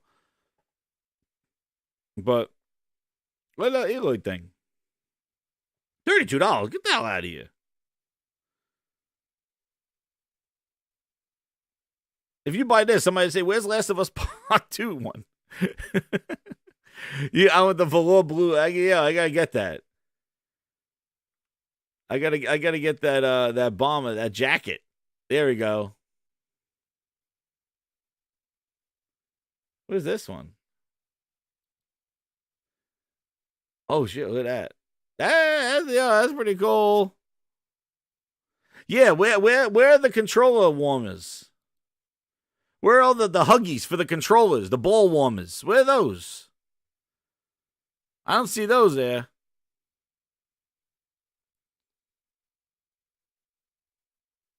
Yeah, I don't see that. I don't see, let's look up controller. Do you think they got the controller, ball warmers? What the hell's this? This is a Herman Holtz workout outfit?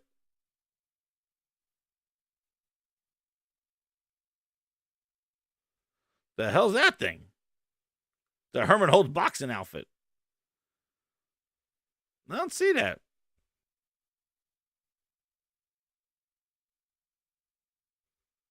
Well, now that we've done shopping, you got me going to both these stores here.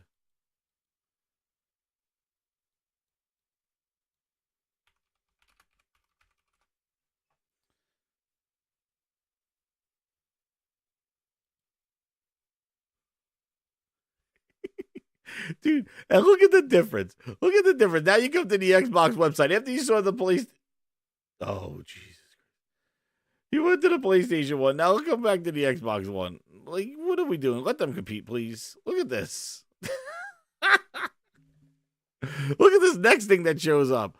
Are you going to be parking cars with the next one? Watch this next thing that shows up. What the hell's the next one? There's something that showed up next. Where is it? Oh, here it is. Let's see.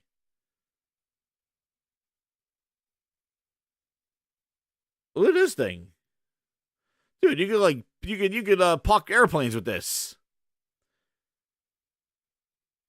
Wait a second. I saw something. What is this? Microsoft Casual Games. Dare I click on it?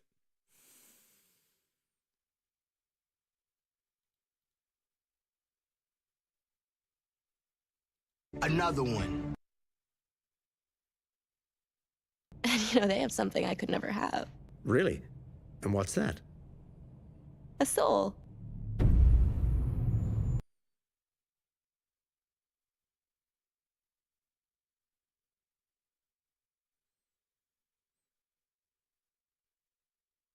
Dude, they made solitaire shirts. Candy Crush. They do. Candy Crush is coming next. Like, look at the...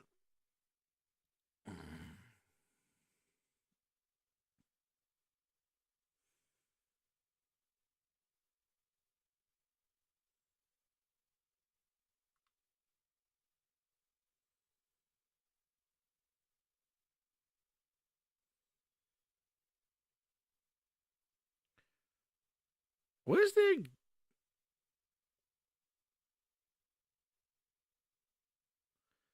Tell me why.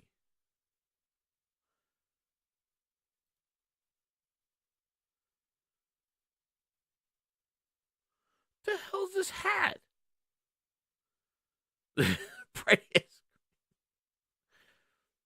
Dude, this looks like Old Navy right here. Like, what are we doing here? We're Old Navy.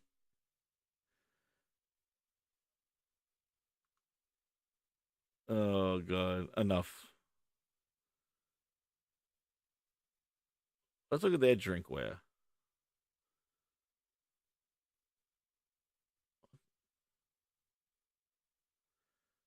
There's not... Look at this shit. It's still sold out. $23. And this is still sold out, dude. There was none of that shit over there. All right? All right? Hold on. Okay. Holy Spirit, activate. Oh, no. Holy Oh, no. Spirit, Oh, no. activate. Holy Spirit, activate. Activate. Activate. This did turn into QVC. Holy crap! This still out. This still sold out the cup bowl warmers. Oh goodness gracious! I can't. I'm done. I'm done with this stuff. Let them compete. They need to buy Abercrombie and Fitch. Let them compete, huh? Let them compete. You know, let's go to oh damn, that's what I wanted to show. Why did I click on that thing? Oh my gosh. Yeah, so this quick thing I wanted to show here. You know, speaking of PlayStation stuff, somebody just posted this for like PlayStation Studios Weekly. And just the kind of things that's going on, rumors and stuff like that at the PlayStation Studios. Nixus is working on a PC port of Rift Apart. That's a rumor. Insomniac's Is anybody surprised at this point? I wouldn't be surprised. No, I wouldn't be surprised, dude. And guess what? Let me tell you something, Jez. These PC releases, they started out selling decently, not great, but decent. They're not doing that anymore. I mean, they're not. Returnal, pretty sure it didn't even charge. These PC releases are not. They're not really selling a lot. Nah, on PC. Yeah, they're these just dudes. they're I've several. Well, I'm not speaking for the whole PC community, but a lot of people were talking about how they can't wait to pirate these games when they come out. You know, if this strategy continues the way it's going, I mean, these PC people wanted these PlayStation games, but they're not buying them.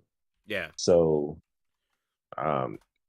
you know, I think if the trend continues, Sony may need to take a second look at this. But I'm telling you, like, they got Nixus working on them. It's not it doesn't take up a lot of time and money, because time equals money. And it they're does able take to, money. and It costs money to port these games. It's not. Yeah, but cheap. it's not as much as developing them fully for it. They're just porting them over. But what I'm saying is, if you're not getting the return on your investment, it's going to get to a point we'll you may see. not. I think they're selling all right. No, they're not. They're decent. No, the God of War and Horizon did. Yeah. Well, maybe they'll They do didn't less sell then. great. Maybe they'll do some less than, like, less, like, you know, like, or not as frequent as on it. You know, I was really surprised that Rift Apart didn't get DLC though. I'm surprised that Rift Apart didn't have some DLC. They've never. I don't think they've ever done DLC for Ratchet and Clank. They gotta be working on Spider-Man. They probably. I don't think they've. But I don't think they've ever done DLC for Ratchet and Clank ever. Yeah, but then, again, Nixus. That's what they do. They just make ports. So make a port and call it over. Port the game. That's what they bought for. But you know, if you notice, these PC versions of these PS5 games have been having pretty steep requirements on PC to get them running comparable to PS5. Yeah, that's triggering people, dude. That is triggering. You know what it is? It's because these so-called PC elitists don't have the builds that they want you to believe they have. They're not all running 4090s with 32 gigs of RAM. They're not. A lot of these dudes are still rocking out with 1070s. Yeah, they're hitting those min specs and stuff like that, which is incredible. It's like I remember people saying that, hey, PC is the running on lower specs is a rate limiting factor. That's where it scale. But you're looking, the min specs are increasing, actually, which is unlike the Series S. The Series S doesn't increase over time. The Series S stays like that. And when you look at min specs, a game doesn't necessarily need to run on something that is 4 generations old, dude. And even if you look at like a what is it, like a 1290, a 1280 or whatever like that, like those are still faster cards. But again, min specs move up. The S doesn't. Yeah, but I've been listening to a lot of developers and tech people, and they've been talking about what's going on with PC ports and why are they not running great? Why are these games not optimized? And they said again, you know, there's a lot of reasons why. You know, it's easier to get a game running well on the console. Unified memory. You don't have VRAM and system RAM to deal with. It's a unified pool of memory that the CPU and GPU can pull from. That's why these games need more RAM and things like that on the PC. No hardware decompression on the PC. So there's a lot of aspects of the console development, particularly PS5, that is the reason why these games are running the way they're running on a weaker machine. Yeah. You know what I think, Link? I think too, the other thing with PC stuff, I think that the hardware is moving too fast for the software, and that's why the optimization is just not there. They don't let a graphics card sit out there for a few years and kind of do they that. talked about the one bottleneck on PC. Everybody's been saying this. The I/O on the PC. The PC has a bottleneck because even if you have a 7 gigabyte per second SSD, the bottleneck there is the split RAM. By default, PC is going to have, because your GPU has its own RAM, and your system has its own RAM, right? Yeah. But your CPU has to decompress stuff. The PC, no matter how it's designed, is a bottleneck, and it doesn't have any hardware decompression aspect on PC, because that would require every PC to have this same technology, and there's no way to do that. So you're brute forcing things on PC. But they're just saying like the PS5 can move data around faster than the PC, even with a maxed out 7 Gen 4 7 gigabyte per second SSD. It cannot match the performance when it comes to moving data around that the PS5 can do, or even on the Xbox. Yeah. So it's just. Actually, I have a question for you, Link. Speaking about that stuff, did you try Diablo 4? Why did you just insult me like that? Yeah, see, I didn't play it either. I don't play them kind of games. I don't play that game either. I don't listen. I tried one of them Diablo games, and I was like, "What is this?" Nothing against those games. I'm not gonna crap on them. Yeah, but that top-down isometric type gameplay, I've kind of been done with that since the Super Nintendo. I'm not interested in that type of a game. I do see why some people do like it, but I can look at that game and tell it's not something I would be interested in playing. So it's definitely a pass for me. Yeah. But people have been having a lot of fun with it. A lot of people I know in the gaming community have been playing it and enjoying it. But for me, no, I would never play no Diablo. No. Yeah, I tried Diablo when it came to console, Diablo 3, and I'm just like, I played it. I was like, oh, it's not bad, but I just couldn't get into it. I'm just not into the grind at that kind of level there. Like, I'm just like that isometric top-down stuff and just kind of mashing a button and having your thing kind of like your power. I don't know. I'm just not into that kind of grind. And I just That gameplay is not. You're my number one customer for me. The Game 9123 says Sony's last couple of PC ports sold poorly. Returnal only pulled in 6,691 players, and Sackboy only had 610 players. No, every PC port is 10,000 plus. Their the user base, the sales. I think what it was in the beginning, right? You know, Horizon and God of War, these are top tier. Oh, yeah, and first time ever those franchises were there too. And these are the first time PlayStation has decided to port their first party games over to the PC, right? Yeah. And there was an excitement around it, so the PC community kind of rallied behind this move, and they supported these games. They didn't sell well, but they sold, God of War sold 900-some thousand copies. I think Horizon sold 1 million and 1.1 million, something, decent sales, but now these games are selling poorly because I just think this is what I really think it is. I don't even think it's piracy. I think the PC user base play different kinds of games than console gamers. Agreed. That's just what it is. Something like Diablo is going to do crazy numbers on PC. Yep. A game like Starfield is going to do crazy numbers on PC. Yeah. PC players are just interested in different types of games. And just like mobile PC players are different gamers, man. Yep. And I think that these third-person, story-driven, big blockbuster games from the PlayStation user base, They just have a different appetite, man. That's just all it is. These games just don't appeal to the masses on PC. And that goes like into the mobile stuff. Like the thing is, like I feel the same way. Like I think Yeah. mobile gamers the same way. Like PC players, mobile gamers, and console gamers play different games. There are a few games that transcend that thing where you can maybe bounce around like a Minecraft, a Fortnite, or something like that. But that's usually a rarity. It's not every game that's just gonna bounce around like that. You know, they made a Diablo mobile game. They didn't just say, hey, play the Diablo game that we're making on a phone. They made a special mobile one for it. So everybody, and the thing is that they're defined by, even though you say, well, with PC, you could put strap-ons on a controller and a phone, and you could play with a control on a phone.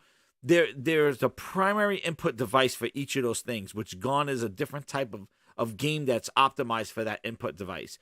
Keyboard and mouse for keyboard, touch and touch screens for phones, controllers for consoles. Yes, you can mix and match. A controller works on a PC, a controller works on a phone, but that's just kind of putting lipstick on a pig.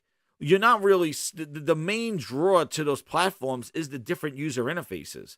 And that gone is to what games those people that play on those devices like. You know, if you as a PC gamer and say, oh my God, you only play on controller, they might be one of those console guys that primarily like consoles, but moved over to PC like me and play on a controller. Like, that's me. But I'm a console person first because I use controller. Now, if you are a touchscreen person playing mobile, touch flapping like this, you're not going to do well with a keyboard and mouse and thousands of buttons. You're used to two big-ass buttons on a screen that you're pressing for touch. So but the games that mobile gamers play are different. You know, they're designed to be played on to the input device. Less controls, simple inputs. They're used to watching ads. They're used to having an ad pop up and closing it out and doing this stuff. Ads are so obnoxious now on mobile. It's ridiculous. I don't know how anybody plays on mobile anymore. The ads are just ridiculous. You know, they're just insane. They're so obnoxious. They hide the X. They hide all the stuff. They say, click here, close here, and you click to a different link. It's like friggin' pop-up ads. But the thing is that I feel that all you're doing is you're just having a player from one preferred platform able to kind of like check out it on another platform. But you're not going to convert that person. Like, you're not going to say, hey, you want a phone. You've been missing out on Gears of War. You've been missing out on God of War. We're going to bring God of War to your phone. Well, as soon as they got to put a controller together, as soon as they got to look, those games are not made for touch. They got 4 or 5 inputs. They got R2, L1, L2. That they're so complicated now that people want shoulder buttons on the back. And you're going to try to port that over to a phone and say, play this game with some virtual keys that have 6 buttons, 7 buttons on them. It's just not right. And nobody's strapping a controller. I've yet to see out in the wild anybody with a strap on. Oh my God, no way. You saw the picture of my thumbnail, dude. That was at PAX East last year. They had the biggest strap-on thing I've ever seen. But the thing is like they're not the same gamer. There may be a game that goes across, but they're not the same person. So by taking your games and just putting them on a phone just because of there's people there, doesn't mean you're going to get those people. Gamers is, you know, I mean, I think PlayStation is it's a valiant effort to port these games over to the PC. But the return is diminishing. And it's because these games in general, although us console gamers love the Ratchet and Clank and game like Returnal, you know, games like that, they're not moving the needle on PC. These guys are entrenched in the games that they want to play. They love Counter-Strike. They like Dota, League of Legends. You know, they're playing stuff like, and then there's lots of small indie games that they love that end up becoming really popular on PC. But you would think, man, they would want to use, you know, these guys with these 3090s and 4090s and these maxed out PC rigs would really want to put their PCs to the test and play these graphically intensive Sony first party games, but they are not interested in these games. And the masses aren't. I'm not talking about the vocal minority on Twitter. They're begging for these ports. No, and there Most may be people games play that on work. PC are not playing these. They are not even interested in these games. And there may be games that work on there, and I think they're trying to search for that needle in a haystack. Like, hey, we put this over there, it's going to blow up, and I don't know. Like, and you're right. I think what's going to happen is that their efforts there, they got to try, because there's this huge install base that let's put it out there. Let's see what we can do. And if you're right, if those yields start drying up and less, like the next God of War goes on PC and it doesn't do bangers, because guess what? They already had their God of War experience, and they're kind of moved on from that one because they don't traditionally play those kind of God of War games. The second one doesn't do as big on PC as the first one did, because the first one broke the ice.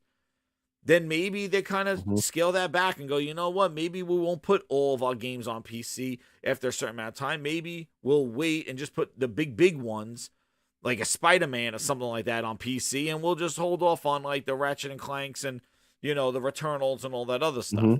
But the thing is, for them, just talking about this mobile stuff, we're gonna go right to the Phil Ness topic here.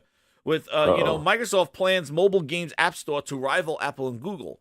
So we heard that Phil Ness, they want this Activision deal with Blizzard King, because they are holding Candy Crush, Call of Duty Mobile, and Diablo Mobile, and they want to use that to kickstart a Microsoft store on mobile. And it wants to rival Apple and Google. Well, at the current time, Apple and Google are not allowing that kind of stuff, especially Apple.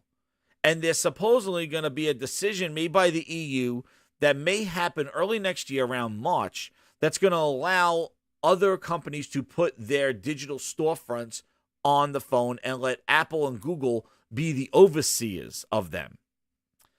That still has to go.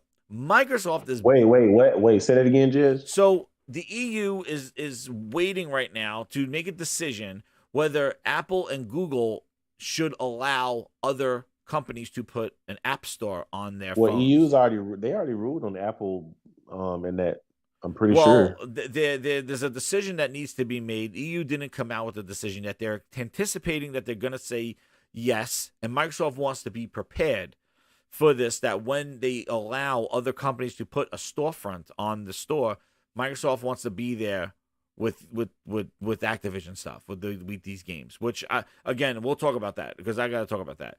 But the whole plan here is that, well, in December, the EU ruled that Apple must open up, allow third-party app stores on their phone. Yeah. No, you gotta. There's something that they gotta wait on. It's by it's by 2024. Right, they ruled on it, but they haven't not gonna be implemented until sometime in 2024. But they've already ruled on it. Wait, so there was something where I read that they were waiting on it. Let's see. EU allows app stores on Apple. They have to open it up by 2024. Let me see. It has to do if they declare them a duopoly. And I think that's what they're waiting to see, if they declare them a duopoly. They provisionally agreed. They said the Apple will force phones by 2024 to allow third-party app stores on its iPhones and iPads. Per Bloomberg, Apple is complying with the EU market. The series strict. Apple's compliance with the law. Yeah, so next year. Yeah, they've already ruled on it. They're just giving them time to basically open it up, But yeah, they're gonna require them to allow other digital storefronts on their platform. Let me see here. So, yeah, I remember hearing about that. Let me see it. Mm-hmm. Wait, I'm just reading here.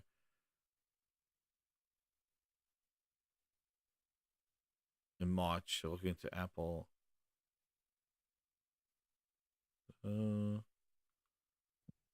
But anyway, whether it's happening, it's happening. It's happening. They've already ruled on it, yeah.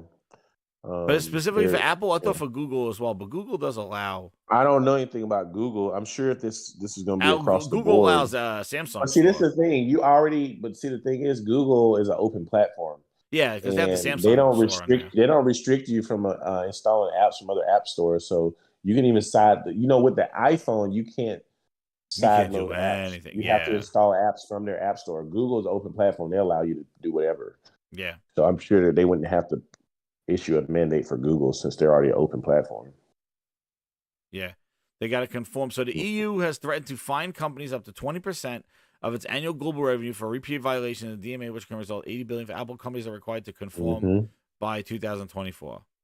So that's what they're going to do. So what Microsoft wants to do is prepare their store for this, and that's why they want this stuff. And that's what Phil is saying in this article, says that they could launch as soon as possible if regulators clear the Activision deal. Now, to be honest, because this is another strategy that they're working on, because they know that the EU has eyed Google and Apple as a duopoly, and the problem is that what he's trying to address is like, hey, if you approve this deal, this will make us competitive against this duopoly that you declared, so we could compete against Google and Apple. So basically, he's trying to finesse his way for the deal, going, hey, by you approving Activision, that gives us software to put in the store that we want to put in there. Let us compete. So he's using this as a way to kind of jerry-rig his store onto Apple and Google's platform. So this thing. What I don't understand here is if it's not about taking away for you to be better, you are taking games that are already on their stores. Candy Crush, all these stores, Candy Crush, Call of Duty Mobile, Diablo, these games are already in their stores. So what are you doing here by acquiring Activision Blizzard King? What are you doing with those games? Are you opening up a store with the same games that are in their stores? Like, how are you competing? I mean, well, Jazz, what they could do, because with these mandates requiring, say, Apple to allow other digital storefronts, Apple only gets a cut if you buy it from their app store or do microtransactions within their app store, right? But if Microsoft took the IPs from Activision, like the King stuff, and only put it in their app store, then that would cut out Apple from being able to make any profits out of that. And all the money would just go to Microsoft. Yeah. Back to visuals, the 5. He goes, a Superman VR game will be lit with the game mechanic like Crazy Taxi, where you have to save people in time while fighting and flying through the streets. Dude, Superman VR, that would be good. The Iron Man VR wasn't too bad, I'll say, but that Superman thing that Sony was doing, I think that was a typo. It meant Spider-Man. Yeah, I think it meant Spider-Man. I'm pretty sure that was a typo. But that would be cool, dude. A Superman VR game? Hell yeah. But, back to this thing, I mean, Microsoft could technically do that with these mandates that are in place, requiring, say, Apple to allow other storefronts. Microsoft could pretty much put all those IP in their app store and cut out Apple completely. And there's really nothing Apple could do about it. They could pull it. Because they would have to allow these other digital storefronts. So, but you know what? Like, one of the things that I remember is Microsoft actually had a whole ass platform in Nokia, their own hardware, their Windows phone, their own software, their own storefront, and they couldn't make it work. Hell, guess what? They even have something called the Windows 11 store right now in every operating system that they own, and that store is garbage. That they got to break out Game Pass. You talking about the Windows game, like where you get the games Windows store? No, there's a Game Pass store and a Windows store. They're horrible. You think Microsoft is going to be even like competitive in a mobile platform space when they still have to depend on other people's hardware and other people's operating systems? Well, if they had to create their own IP, no. But if they can just gobble up other successful IP, then yes, possibly. I can't believe how many times I come back to this whole Mixer thing. When you Why look is their solution always buying everything that's already successful? When are they going to create something on their own that's successful? Yeah, there was. When are they going to create a product that people really, really, really want? When are they going to do that? I don't know.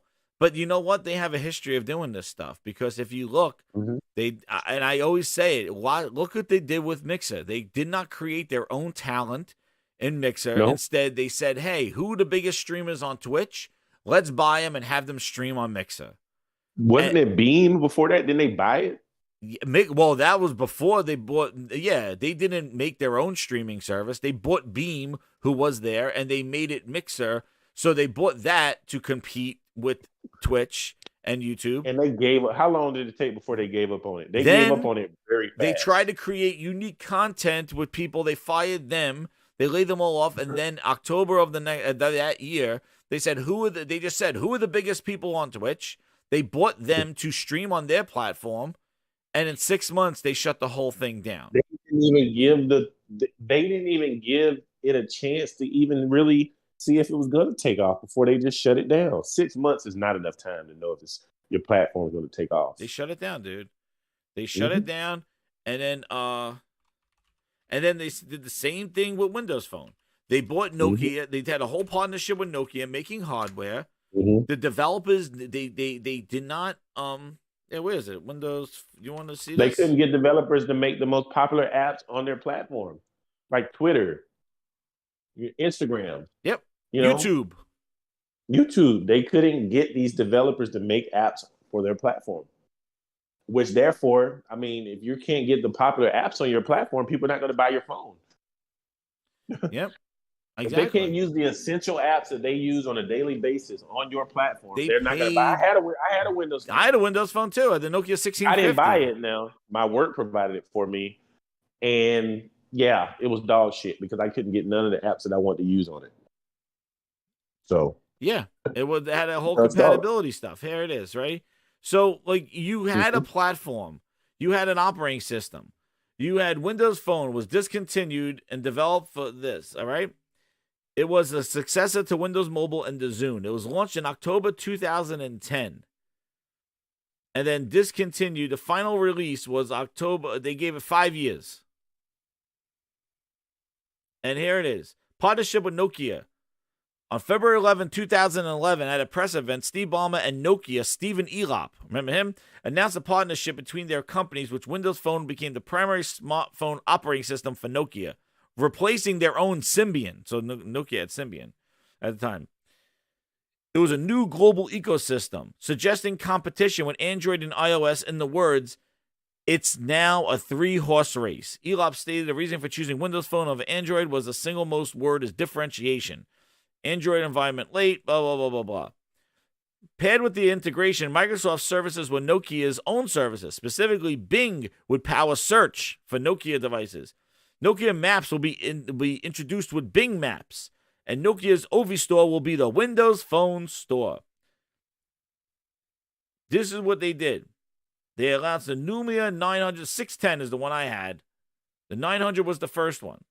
Then this Nokia. And then what happened is that they stopped making their operating system. On September 2nd, 2013, Microsoft announced a deal to acquire Nokia's mobile phone division outright, retaining Stephen Elop as the head of the division devices. The merger was completed after regulatory approval of all major markets in April 2014. So they said, we bought your whole mobile division, Nokia. We partnered for a little bit, now we bought you. As a result, Nokia's hardware division became a subsidiary of Microsoft, operating under the name Microsoft Mobile. Activision, Blizzard, Bethesda, under Microsoft Games? A subsidiary of Microsoft. Then, that was in 2013. In 2014, Nokia released the Nokia X smartphones using Android and Android open source.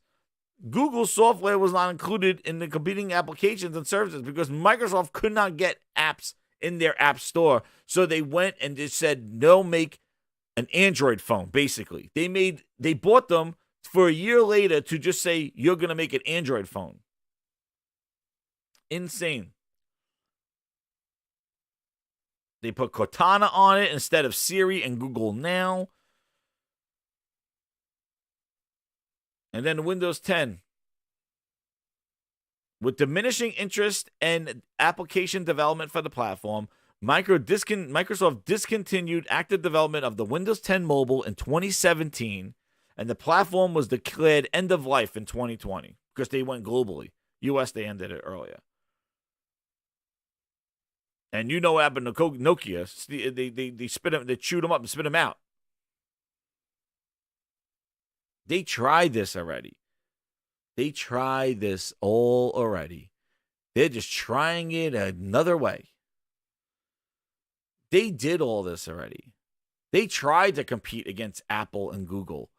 And I would say, guess what? Since they dropped out, Google and Apple have become even bigger and more dominant. So I don't even know how they're going to even compete with this. And they don't have a good track record of making good storefronts. Just click on your PC right now, that little Windows icon down there, that little Windows store, and tell me that store couldn't even last because they had to put they put games in there. Oh, we're putting Gears 5 in the Windows store. We're putting Halo Master Chief Collection in the Windows store. Well, guess what? Nobody wanted to go to the Windows store for Sea of Thieves. So what did Microsoft have to do? They had to bend the knee and put the shit on Steam because nobody wanted to go to the Windows store. They had a whole UWP in the wrap. We're going to wrap the apps in UWP and one developer to rule them all. Squashed. They just submitted it and put it all on Steam because nobody wanted to come to their store. So you're telling me that Phil and friends are going to make a mobile store now and compete? When you're talking about 2014 Google, Android was still a jank. Android was still janky. There still was some way. Android wasn't as polished as it was today. Google was in 2014, 2013, Google was still like fighting for its life against Apple. Now, Apple and Google like trading punches basically on features, and actually Google's probably beating them out on some things. But what are we doing here? I don't see this being successful, this mobile strategy that they may have, if those IP remain available in the Apple App Store and the Google Play Store, because people are not going to use another app store. And Link, they learned their lesson when Ninja came over from Twitch. They thought all those Twitch people were going to come.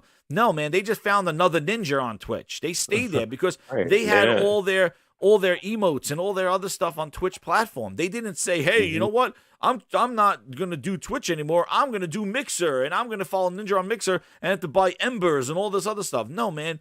They got their accounts set up at Twitch. Nobody moved their service because of Ninja. Or if they did, money it was a small can get group. you. Well, Microsoft is a company that has lots of money, but devoid of creativity. And for some reason, they think they can just buy their way into anything, and it's not working. It's not. And it's not even like Apple's over half the market and nobody uses the Windows Store. So like you're telling me that they're really gonna sit there and compete and they're gonna make a mobile store? Go ask Samsung is struggling with its mobile store and they actually make the hardware. Microsoft's completely independent of all this. Yeah, stuff. Nobody's using the Samsung store. They go to Google Play. Dude, come on. Nobody's using the thing. It's all integrated. See, the thing is, everybody wants it all integrated. Microsoft's coming in there and they think like, oh, we're just going to show up a Call of Duty, Diablo, and Candy Crush. Dude, you got to come up with new stuff. If you look at how Epic came about, right? Epic came about with one game, Fortnite. That's what got them to where they are. Yep. Fortnite was their leverage. Everybody wanted to play Fortnite, and Epic knew that. Therefore, Epic opened up a store and said, come for Fortnite, stay for the free games. Then they go, hey, Fortnite on mobile. You got to log into your Epic account. But Epic had a unique game that everybody wanted. It didn't have a game that was on another store that they bought them, and now it's like, hey, look at my logo's now part of this. Like Call of Duty brought to you by Microsoft. Remember us? No, they created a product that people wanted. Exactly. People, like you can't buy already. Yet to be able to do that. You can't buy already established shit. Like if you're buying eggs from this person for 5 years, and all of a sudden this other person walks in there and goes, hey, I'm Big Bad Phil, and he puts his sticker on those eggs and going, these are my eggs now. Like, You're like, dude, no, they're her eggs. I've been buying them from her all the time. They're like, no, but I put my sticker on it. We own this farm. We own her. These are my eggs now. Now you come to me. It's like, I don't want to come to you. I've been buying my eggs from this person. And Microsoft just comes in. They slap their tramp stamp on stuff. They spend billions of dollars, put their stuff like, we are up here. It's our game now. And it's like, people see through that shit. People not going to associate that game with you. You're going to have to do something special to do that. And obviously, the way these regulators are rolling, I don't know how much you can do because these are already established franchises. And just to have you with your stupid jank-ass name over it, it doesn't change anything. Like, it doesn't change anything. And I don't understand their... I don't understand their approach, dude. Like, they're just thinking like they could just buy their way into competing by buying already established things and saying it's theirs. And you see the history. That quote from Steve Jobs continues to ring true. It just continues to ring true until Microsoft creates some good quality products that they didn't buy from someone else. You know, they lack creativity. You know, they have something I could never have. Really? And what's that? A soul. They got it. No soul. They lack creativity. They have no soul. They see something that's popular and they just try to buy it or they try to emulate it. And then they go, hey, well, what's the most popular thing here? Okay, buy that person, bring it over here. Yeah. Well, I'm saying, you see the history, right? The thing is that this is not something that's brand new. They have been doing this. They did it with Mixer when buying Ninja and Shroud and trying to say, who are the top people? Let's bring them over to us. They did it with Nokia. Nokia was making good hardware. We'll get a phone person. Get Nokia, who's the top person making phones at the time, because Samsung was still making those Galaxy, cheap-ass phones at the time. Nokia was known for phones. Great hardware. Here's our software. Buy the biggest hardware. We can't make our own phone. And then they did the same thing. Beam. Oh, well, we want to stream stuff. Let's get our software guys and make our own platform. Oh, no, let's not do that. Oh. And look at the origins of the Xbox. They convinced Bill Gates to make a gaming console, and the first thing they said is, we got to put games on here. And they flew out to Japan to go buy Nintendo outright. And got laughed out of the room. And got laughed. But the thing is look at the mentality. The mentality is like, you didn't think in your proposal to Bill Gates to make a gaming platform that you were going to make games for it. You just got the approval for the hardware and then said, we got to buy games. And then you flew out to Nintendo saying, okay, well, Nintendo makes games. This will be great. Come over here and we'll buy you. And now you make games for our hardware. It's I'm in sure their Nintendo DNA. would rather go out of business than to sell to Microsoft. It's in their DNA. And you want to know what? It doesn't matter to them because all this stuff that we care, this consumer electronic stuff, has never been Microsoft's forte, ever. They've never been consumer electronics. They've been business, enterprise, and that's their bread and butter, and that's what they rest on and make their money on. All this other shit is experimental. I want to add something to what you were saying because you were listing off all these things that what type of games now are really popular? Like service, battle pass games, right? Free to play. Okay. Microsoft saw that. And what did they do with their flagship marquee franchise? They turned them all into battle passes and they turned Halo into a free-to-play multiplayer game, right? Mm-hmm. They didn't make a free-to-play mode or come out with a side free-to-play game. No, they turned their marquee multiplayer franchise in Halo, the whole thing, into a free-to-play multiplayer game, right? Yep. Because they saw, right, Fortnite's making money, Apex, there are these multiplayer games with these awesome free-to-play models. These companies are making billions of dollars, crazy amounts of money. These games are popular, free-to-play. That must be the way to go with Halo. Free-to-play must be the way to go. When they announced that this game was going to be free-to-play, I knew it was going to be a failure. Yeah. Well, it just doesn't translate into a good Halo does not translate to a good free-to-play multiplayer game. It just doesn't. But they're devoid of any creativity. They just jumped on the free-to-play bandwagon and turned their game into a free-to-play game. And guess what? It's a failure. Here's Microsoft's mobile stuff. You remember Forza Street? Oh my God! I'm showing it right now. Forza Street.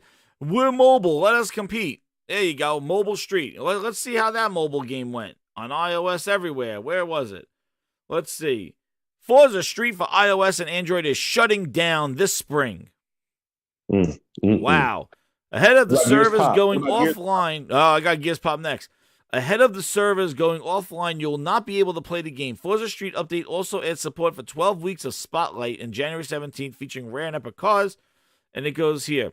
Forza Street also sync progress across iOS, Windows 10, Android through Xbox Live accounts. If you want to check before the servers go down, you can download Forza Street in the App Store. You're my #1 customer. There you go.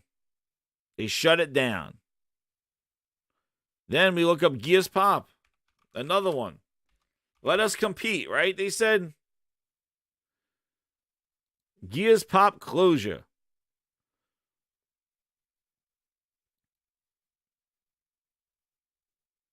Wait, what the hell?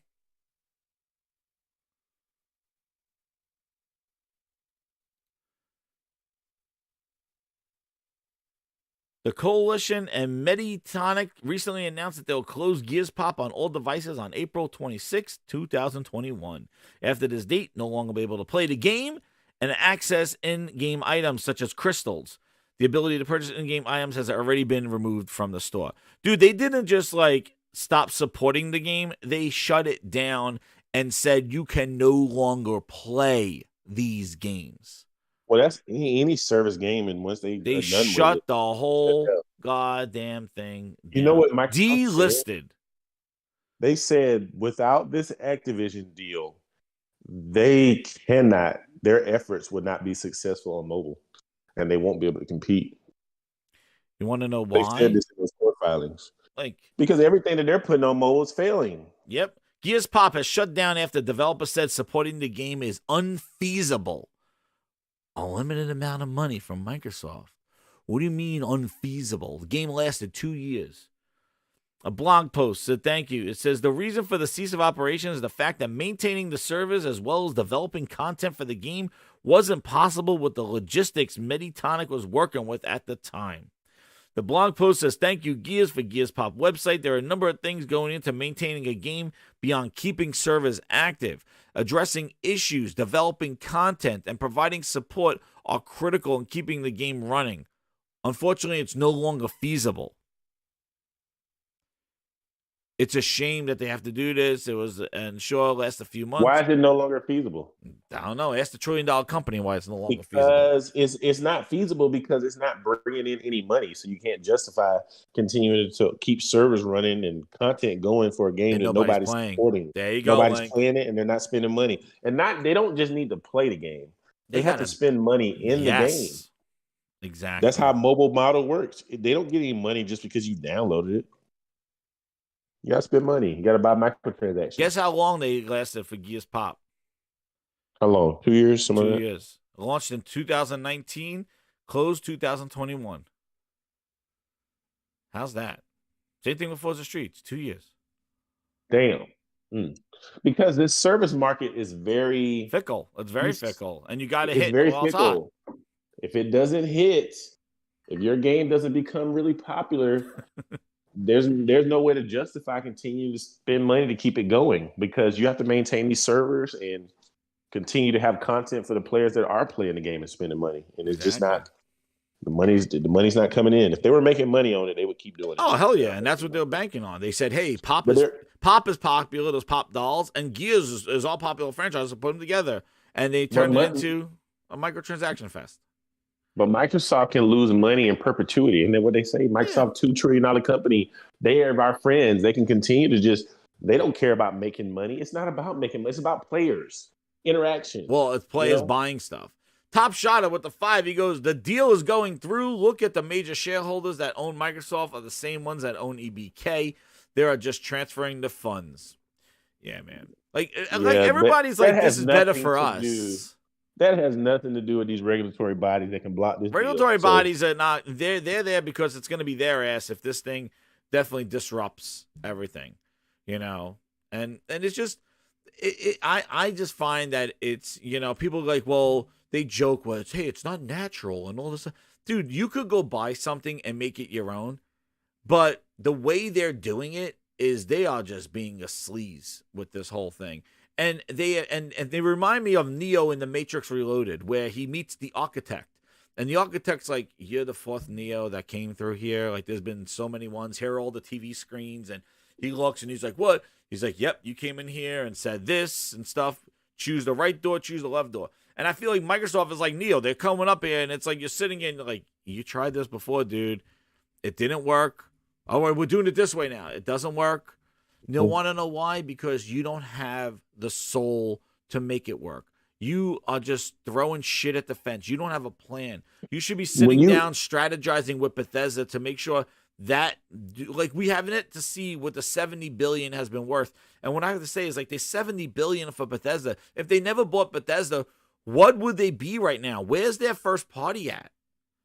Bethesda's carrying them this whole year. Carrying their first party. The whole year. You know, when you build something from the ground up, when you nurture it, there's a different level of care that you handle something like that with, because it's your baby. Yeah. You know what I mean? But when you just go out and buy some shit, yeah, look at the difference. Like, look at the difference when you care about an IP and when you don't. Look at what God of War Ragnarok did, and look at what Halo Infinite did. Yeah. That franchise ascended, or at least maintained the same quality level.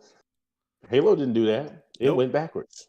Exactly. So it shows that, you know, Microsoft don't really care about, they're just throwing shit at the wall, seeing what sticks. Yep.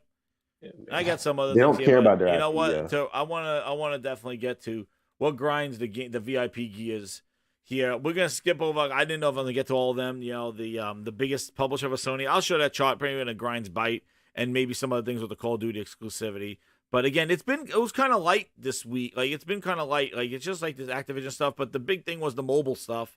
And again, like, really, you know, the PlayStation games coming to March. We spoke about Chia coming. Also, they have a lot of great other games coming. Valheim is a 6-month Xbox exclusive for Valheim.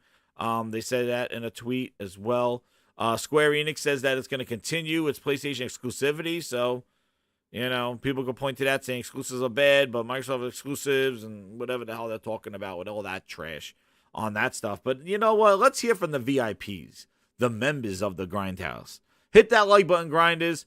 It's been a wild show, wild stuff. We went QVC shopping, and now we're gonna come to see what grinds the VIP gears. They're taking their drinks away from Herman Holtz, and let's see. Like, we're gonna comment on some of these from the VIPs. The VIPs have spoken. All right, let's see what we got here. We have one here. Let's see. From what grinds Sam Ash's gears? Shout out to Sam Ash. He goes, the constant. Oh wait, I gotta do my thing. Yeah, here it is. There it is. It's raw, Melissa. Yes, chef. It's raw. Come on. Yes, chef. There we go. What grinds your gears? Let's get the fires burning for this one. Let's get the fires burning. Let's do Sam Ash's. All right, Link, get ready. This is what grinds Sam Ash's gears. Here we go. All right, VIPs, here they come. Here we go.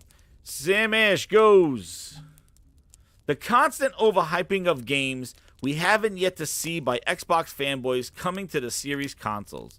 Also, them being super hypocritical of a person doing their job before he was brought in to protect the business he runs. Make it known these fanboys will run their business into the ground, not fighting for their company. Oh, man. Sam Ash. I'm kind of getting tired of not having first-party showcase from Sony. I agree with that one as well. And media clowns like Destin being hypocrites, being happy about the court documents.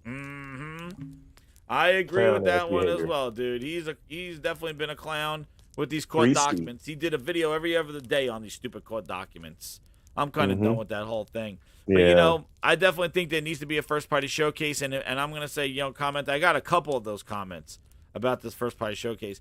Remember when the PS5, before it launched, it was a little quiet by Sony, and, you know, then they showed all that the PlayStation launched. They showed God of War. They showed Horizon, then they announced God of War, then they did Spider-Man and Wolverine. I think there's something big coming this year. They're due. And if they don't do it, they're due for we're going to give it to them on that one. But yeah, shout out to Sam Ash with that one.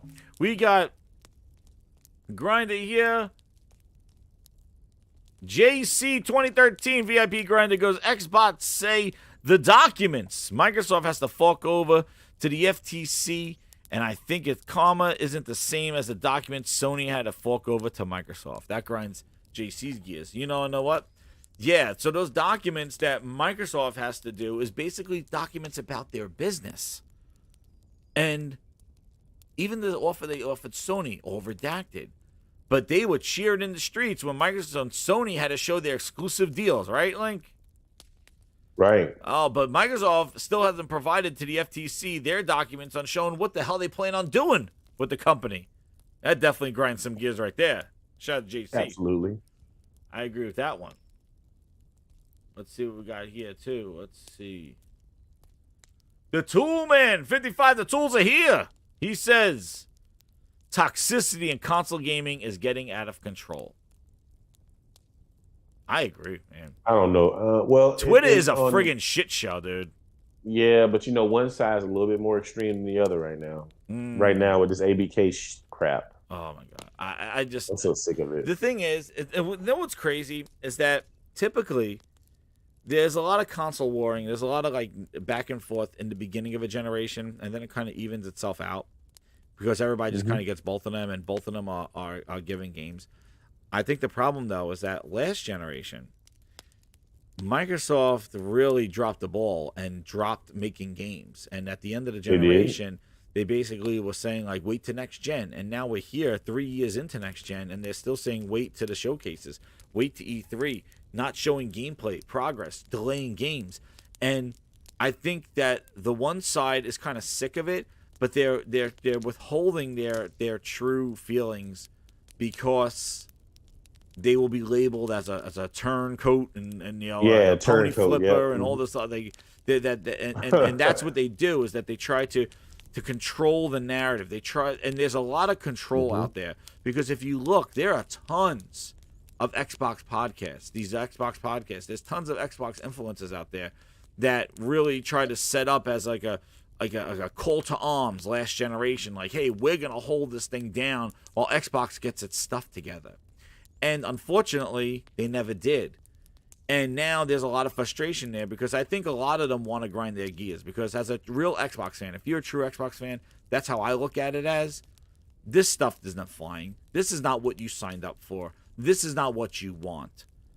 And this is never what you wanted. You just wanted great games. You just wanted games to compete against Call of Duty, to God of War. You wanted your Halo to smack down Horizon. You wanted your Gears to look better than Horizon's DLC. You wanted a new IP coming out of the blue that smacks around goddamn Uncharted. And that's what you wanted. That's what you expect. And then you see Pentiment and all these other things and going, oh, this is nice. Oh, it's a passion project. Rush is really fun. Dude, that's fine, but those games need to live in between the knockout punches against basically Sony. And that's the problem. And Sony, they thought Sony was going to fall down. They thought Sony was launching Last of Us and Ghost of Tsushima, and they were going to take a break with the PS5 and rest on their laurels. They didn't stop. No. They won't stop. They can't stop. And they just dropped the PSVR 2.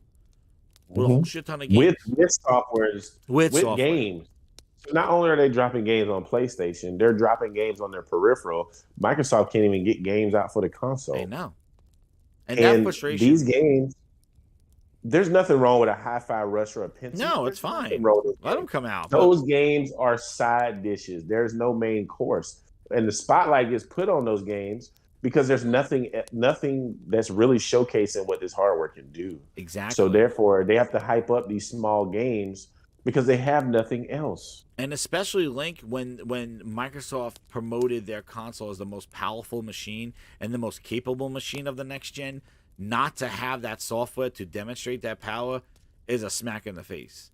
And that's what even first worse. party? What first-party titles look better than Spider-Man 2018, Days Gone, Last of Us Part 2, God of War 2018, Hell, even what's that game? The damn second the game that Second Son. What's it called? You know what I'm talking about. Anyway, that game. What's up, Thrash? They don't How you even doing, have man? Infamous. They don't even have anything that looks that good. They don't have anything that looks as good as the Order 1886. That game is beautiful. No. Nothing that's showcasing what this hardware can do. I really thought that this generation was going to be different, but they ended last generation with no games, started this gen with no games. They had a decent end of the year, 2021, with some with Forza and Halo, but that's it. I know. They have all these studios and no damn games. That's right. And I'm telling you, and this has been carried over from there. So I think that's what creates a lot of the tension that Toolman is talking about on Twitter. Like, it is just they're hypersensitive, and there's a controlled way of speaking about stuff. And if you listen to certain podcasts, like, it feels like if you listen to some former Xbox podcasts that have been changing their tone and just trying to speak up against how they really feel, like they're experiencing PSVR 2 and want to talk amazingly about Sony and just say, hey, Xbox, I love you, but, like, I'm playing this stuff over here. Where's your stuff? And them saying that stuff, which started this channel. That's what started my Grinds My Gears. It's like, I saw this. And I hear people that are doing the same thing now, and they're getting called out, and they're getting like, I'm not supporting you, this and that. And they can't face the reality of it. And that's where this toxicity stems from, dude. People just can't be honest. If you're even halfway critical of Microsoft, this deal, anything, they just label you a pony. Yeah. And they say you can't talk like that, or you can't come to this community anymore. Like it's a goddamn cult. Yeah, it's cult-like behavior, because if you really love something, you want it to be the best it can be. I'll say the Giants suck. I love the Giants, but the Giants piss me off. Right. I'm not watching them. Right. I mean, I'm a huge Laker fan, but my LA Lakers suck right now. Yeah. And I can acknowledge that they're awful. Exactly. These people can't do that. Imagine going on Twitter going, no, the Lakers will pull it out. They're going to win the championship. Trust me this year. Like, you're going to do that on Twitter? That's what they do. Just wait. Lakers are going to like, really, imagine how crazy that would be, right? Like, you were just going on there going, nah, man. They're like last in the league, but you want to know what? They're going to make the playoffs. I believe them. And then when they don't make it, they're like, oh, next year, dude. Next year. It just gets to a point where it's lunacy. You know what I mean? And it really is. That's why you laugh at Xbox socks. It's really cult-like behavior, because I mean, I see it on Twitter. It's ridiculous. It is. I mean, people who, if you say anything other than, if you're not cheering on Microsoft and this deal, they're just labeling you a pony, a Sony's crying, defending their business. Sony is whining and crying. Meanwhile, Phil is the one handing out 10-year deals to everybody they're competing with. And what's crazy is that they're celebrating this. They're celebrating this mobile strategy. Dude, what's wrong with you? You bought a $500 black box underneath your TV. Why are you on Twitter celebrating Phil Spencer wanting to open up a mobile store on the iPhone? Like, I mean, how does that benefit Xbox players? You want to know what's crazy? And I wasn't going to go into this, but I'll give you a little preview. It's like you are paying $60 to play online against some dude that's playing on some bullshit phone at a Starbucks somewhere. But you want to pay for a premier online experience when you got people dropping. Like, think about Call of Duty. Call of Duty is going to be on friggin' These Nuts Cloud Gaming. It's going to be on Black Balls Cloud Gaming and Boosteroid Cloud Gaming. I want to ask you, go play Call of Duty with some goddamn clown on These Nuts Cloud and say, let's do a search and destroy, dude. They won't have a mic. They won't communicate with your ass. They'll probably desync out of the whole goddamn game, and you're the fool that's paying $60 a month to play online against somebody that's on These Nuts and Black Ball Cloud. Boosteroid. And Boosteroid. And Quiznos, goddamn cloud gaming and shit. And goddamn mobile phones and an Apple and an Android phone. And you're paying $60 for a premier experience. You got one dude that's going to be glitching all over the goddamn place because he's hooked up to his grandma's Wi-Fi on his friggin' phone because he's taking a shit. Get the hell out of here. You're excited about that future? Oh, and then I want to see you guys online and going like, well, you know what? I can't play Search and Destroy because the guy that's on Boosteroid is goddamn glitching all over the place. She can't hear me because she don't have a headset. The guy on these nuts, goddamn black nuts or whatever the hell they're called, Cloud that Microsoft signed a 10-year deal to. That guy's not deprogramming the bomb, so we're just getting killed here. Nobody's doing anything. Yeah, you want to know why? Because they don't have headsets. They don't pay for online. They don't give a shit because they're taking a shit playing these games. That's your online experience. So good luck to multiplayer games that require strategy. You know, that was one of the craziest things about Xbox and back in the day is that people actually had headsets that came with them, and you would talk. And actually, when you needed to talk in a party chat to strategize, you would do it. But good luck at this future. Like, hey, we are everywhere now. Look at my friend over on goddamn Black Balls. These nuts. Here he comes. Dude, get the hell out of here. All these friggin' cloud deals and shit. But these games charge you. These little platforms already have access to all these games that Microsoft. And they already, yes, it's already happening. So it reeks of desperation, the fact that they're saying, because they're saying, hey, we're offering our games on all these different platforms. Yeah. So they can't say we're trying to make these games exclusive. Shit. It's not gonna work, man. These fake ass gestures they're not fooling anyone. Well, I don't know. Maybe they are. Maybe they are. I'm not fooled. Game Night goes, it's a good deal. Sony should just accept it. Okay, then how come Microsoft requested that Sony redact the information pertaining to the said deal? Exactly. They're already getting Call of Duty. Why do they need a deal from Microsoft? That is not advantageous. It's a repackaging. It's like Microsoft's taking the freaking food out of your hand and repackaging and selling it back to you. That's what I'm talking about. Here, that comment right there lets you know that this person is thinking from a fanboy mentality. No, he's being sarcastic. Quote, I meant to say, quote, it's a good deal. Sony should accept it. Like, that's what they're saying. And he goes, then why is Microsoft redacting that stuff? Yeah, Game Night's being sarcastic about that. He's like, yeah, if it's such a great deal, why wouldn't Microsoft share it out, saying what a great deal? But they redacted all the information and the information they redacted was information that would show that it doesn't make sense to put it in a service because they're losing money. That's the information. Right. Sony said the terms, the price that they're offering them is not feasible for them they would have to raise the price of their service. Yeah. And then here we go. With this one, we can get Sony with this one. Ancient Runes Discovery. What grinds his gears? He wrote in the comments here, in the comment of on the post. So I put up a post saying what grinds your gears, and you commented on it, so I'm reading them from the members.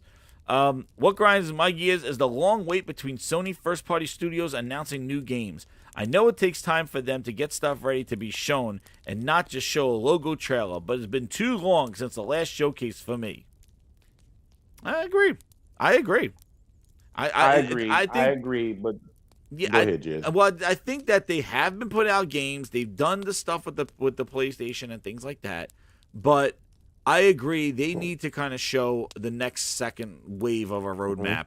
It's been a while, and I think last year I agree. They didn't. They got the games out. They did some subtle announcements with Silent Hill and stuff like that, but I think we don't know what their first party's working on. Yeah, we don't know the first party stuff. I agree that we want to know, but Sony is taking an approach this generation with their first party studios not to show off the games until they're not going to show us games that are 2 years out anymore.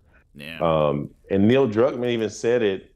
He had an interview and he talked about their strategy with Naughty Dog is to not show games that are a couple years out because that puts, I would like to know as fans and us as gamers, we would like to know what's the pipeline, but he said not showing games really far out takes the pressure off of the studio to hit a target or a release date, and it gives them time to really show the game off when they're ready for people to see it, and then they can launch the game not soon after that. So I get it from their perspective, but from a fan perspective, it doesn't give us a lot to go on as far as what the roadmap is. Yeah. I do think Sony's going to show us something this year as far as what they're working on, what games first party.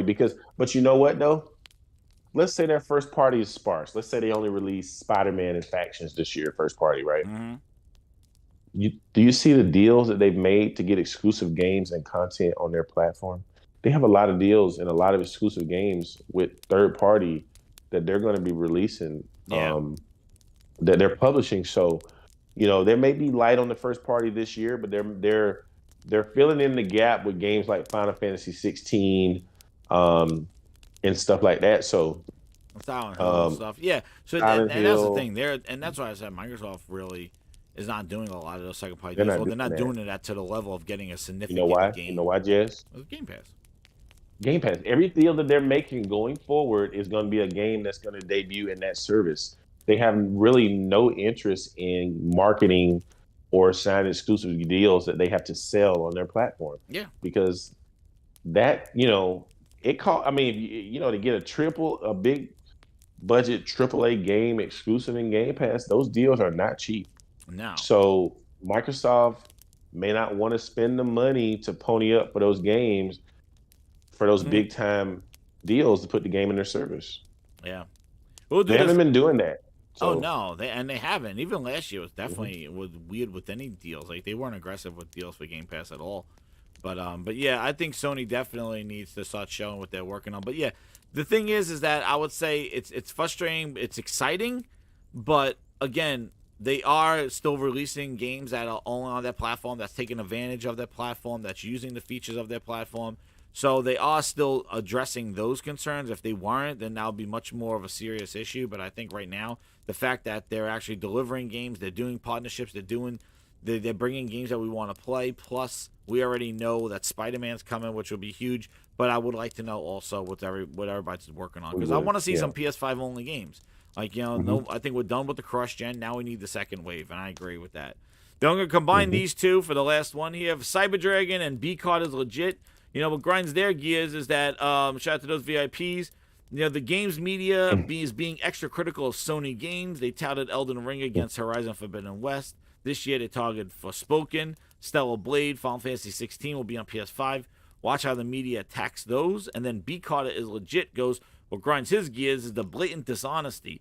Why is it so hard to understand the differences between buying a publisher and a developer and picking and selecting when outrage about exclusivity? Oh my God. Exclusivity was bad and all this other stuff. Now it's good. And now Microsoft declined pursuing Spider-Man. Like we're saying, these second party deals. Like, the two things about this game media and the bias and this exclusivity, I think a lot of the media was giving Microsoft the benefit of the doubt early in the generation because they realized that they were really rough on Microsoft in the beginning of the generation and kind of like framed it out. They was ruthless in the beginning of the Xbox One generation. And I think near the end, they saw them trying to make some moves, buying studios, and I think there was more of a benefit of the doubt early on in this generation. But I think what happened now with 2 and 3 years in, and I think a lot of the rubber's hitting the road, and they're realizing, like, guys, we can't be capping for them as much as we want to. They're trying to look for that Microsoft W to kind of go like, hey, this is – because, trust me, the media wants the console war, okay? They want the back and forth between Microsoft and Sony. They want Sony to throw a right and Microsoft to come back with a left. And they're writing articles about it, and the readers are going back and forth, and it's exciting. They don't want Sony just dropping left and right haymakers and Microsoft just sitting there going, just wait, I'm going to hit you back. Just wait, just wait, just wait. Because that's boring for the media, because then it looks like the media is one-sided. So therefore, they try to do an extra back to try to say, hey, Sony, all right, cut it out with the haymakers. Check yourself. You know what I mean? You're not Muhammad Ali. We can knock you down. You know what I mean? And they try to find, and unfortunately, certain games get the target of that thing. And I do feel that sometimes these games are unjustified. I think there's a higher expectation for Sony games. And the Microsoft games are just there, just making it. And, it's just the way it is. But I think also, too, the media, what is gaming media anymore? There's no journalism. There's no insider interviews. There's a tweet from a company. There's a tweet, and then 5 websites just run with that tweet and say, hey, this is news. It's ridiculous. Right. There's no journalism. There's no anybody doing a decent interview with anybody trying to find some inside knowledge on their game or anything like that. There's no interest in that stuff, because that stuff nobody really cares about that stuff, because you want to know why. We want to play the games. And I feel like if I was going to do this thing on What was that game that was shown today? There was some sort of game that was shown. Oh, Sony has a game. I forgot what it's called. Oh, damn. What the hell was it? The Chia you talking about? Not the Chia. No, There was it Atlas Fallen? Was that it?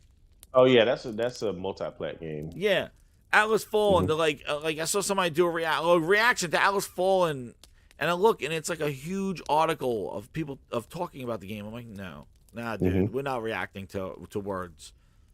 You could tell me about the luscious forest and all that other stuff. I want to see it. You know, I'm there were lots of previews for that game, but too much talk. They had to use. Yeah, but they had to use B-roll footage. Nobody could, in your preview, you couldn't use your own captured footage from your gameplay. You had to use their B-roll, which is weird. You know, but we will see. But yeah, thank you again, VIPs. We'll do this again. I'm gonna do I'll do a post for the next show, and get some more. We'll grind your gears. We'll do some of that. But I want to thank everybody for an incredible show. Thank you, Link, for hanging out, and thank you to all the super chats and the VIPs. And Link, you tell them where they find you. They don't need to find me, but I'll pop up on here every now and then. He's floating around the internet. Don't find him. He's good. Shout out to all the Atlas. Is that? Yeah, Atlas Fallen. Looks like a good game though. Yeah. It looks all right. It looks like Forspoken. You better watch out. All those haters of Forspoken, you better watch out. But I want to see more games. And hopefully they got some games at PAX East, which I'll be going to this week. So keep it locked here. You'll get some on the floor showcase. So we'll get some action going on there. So yeah, keep it locked here. I thank you again, Link. Thank you to the VIPs, and we're gonna play Game Pass song as we leave, sponsored by Game Pass. Thanks, Phil. You're my #1 customer. Here it is. Good night, everybody. And Psychonauts 2.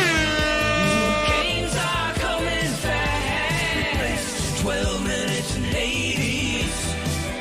And they're all on Game Pass. Some of them are like a Requiem.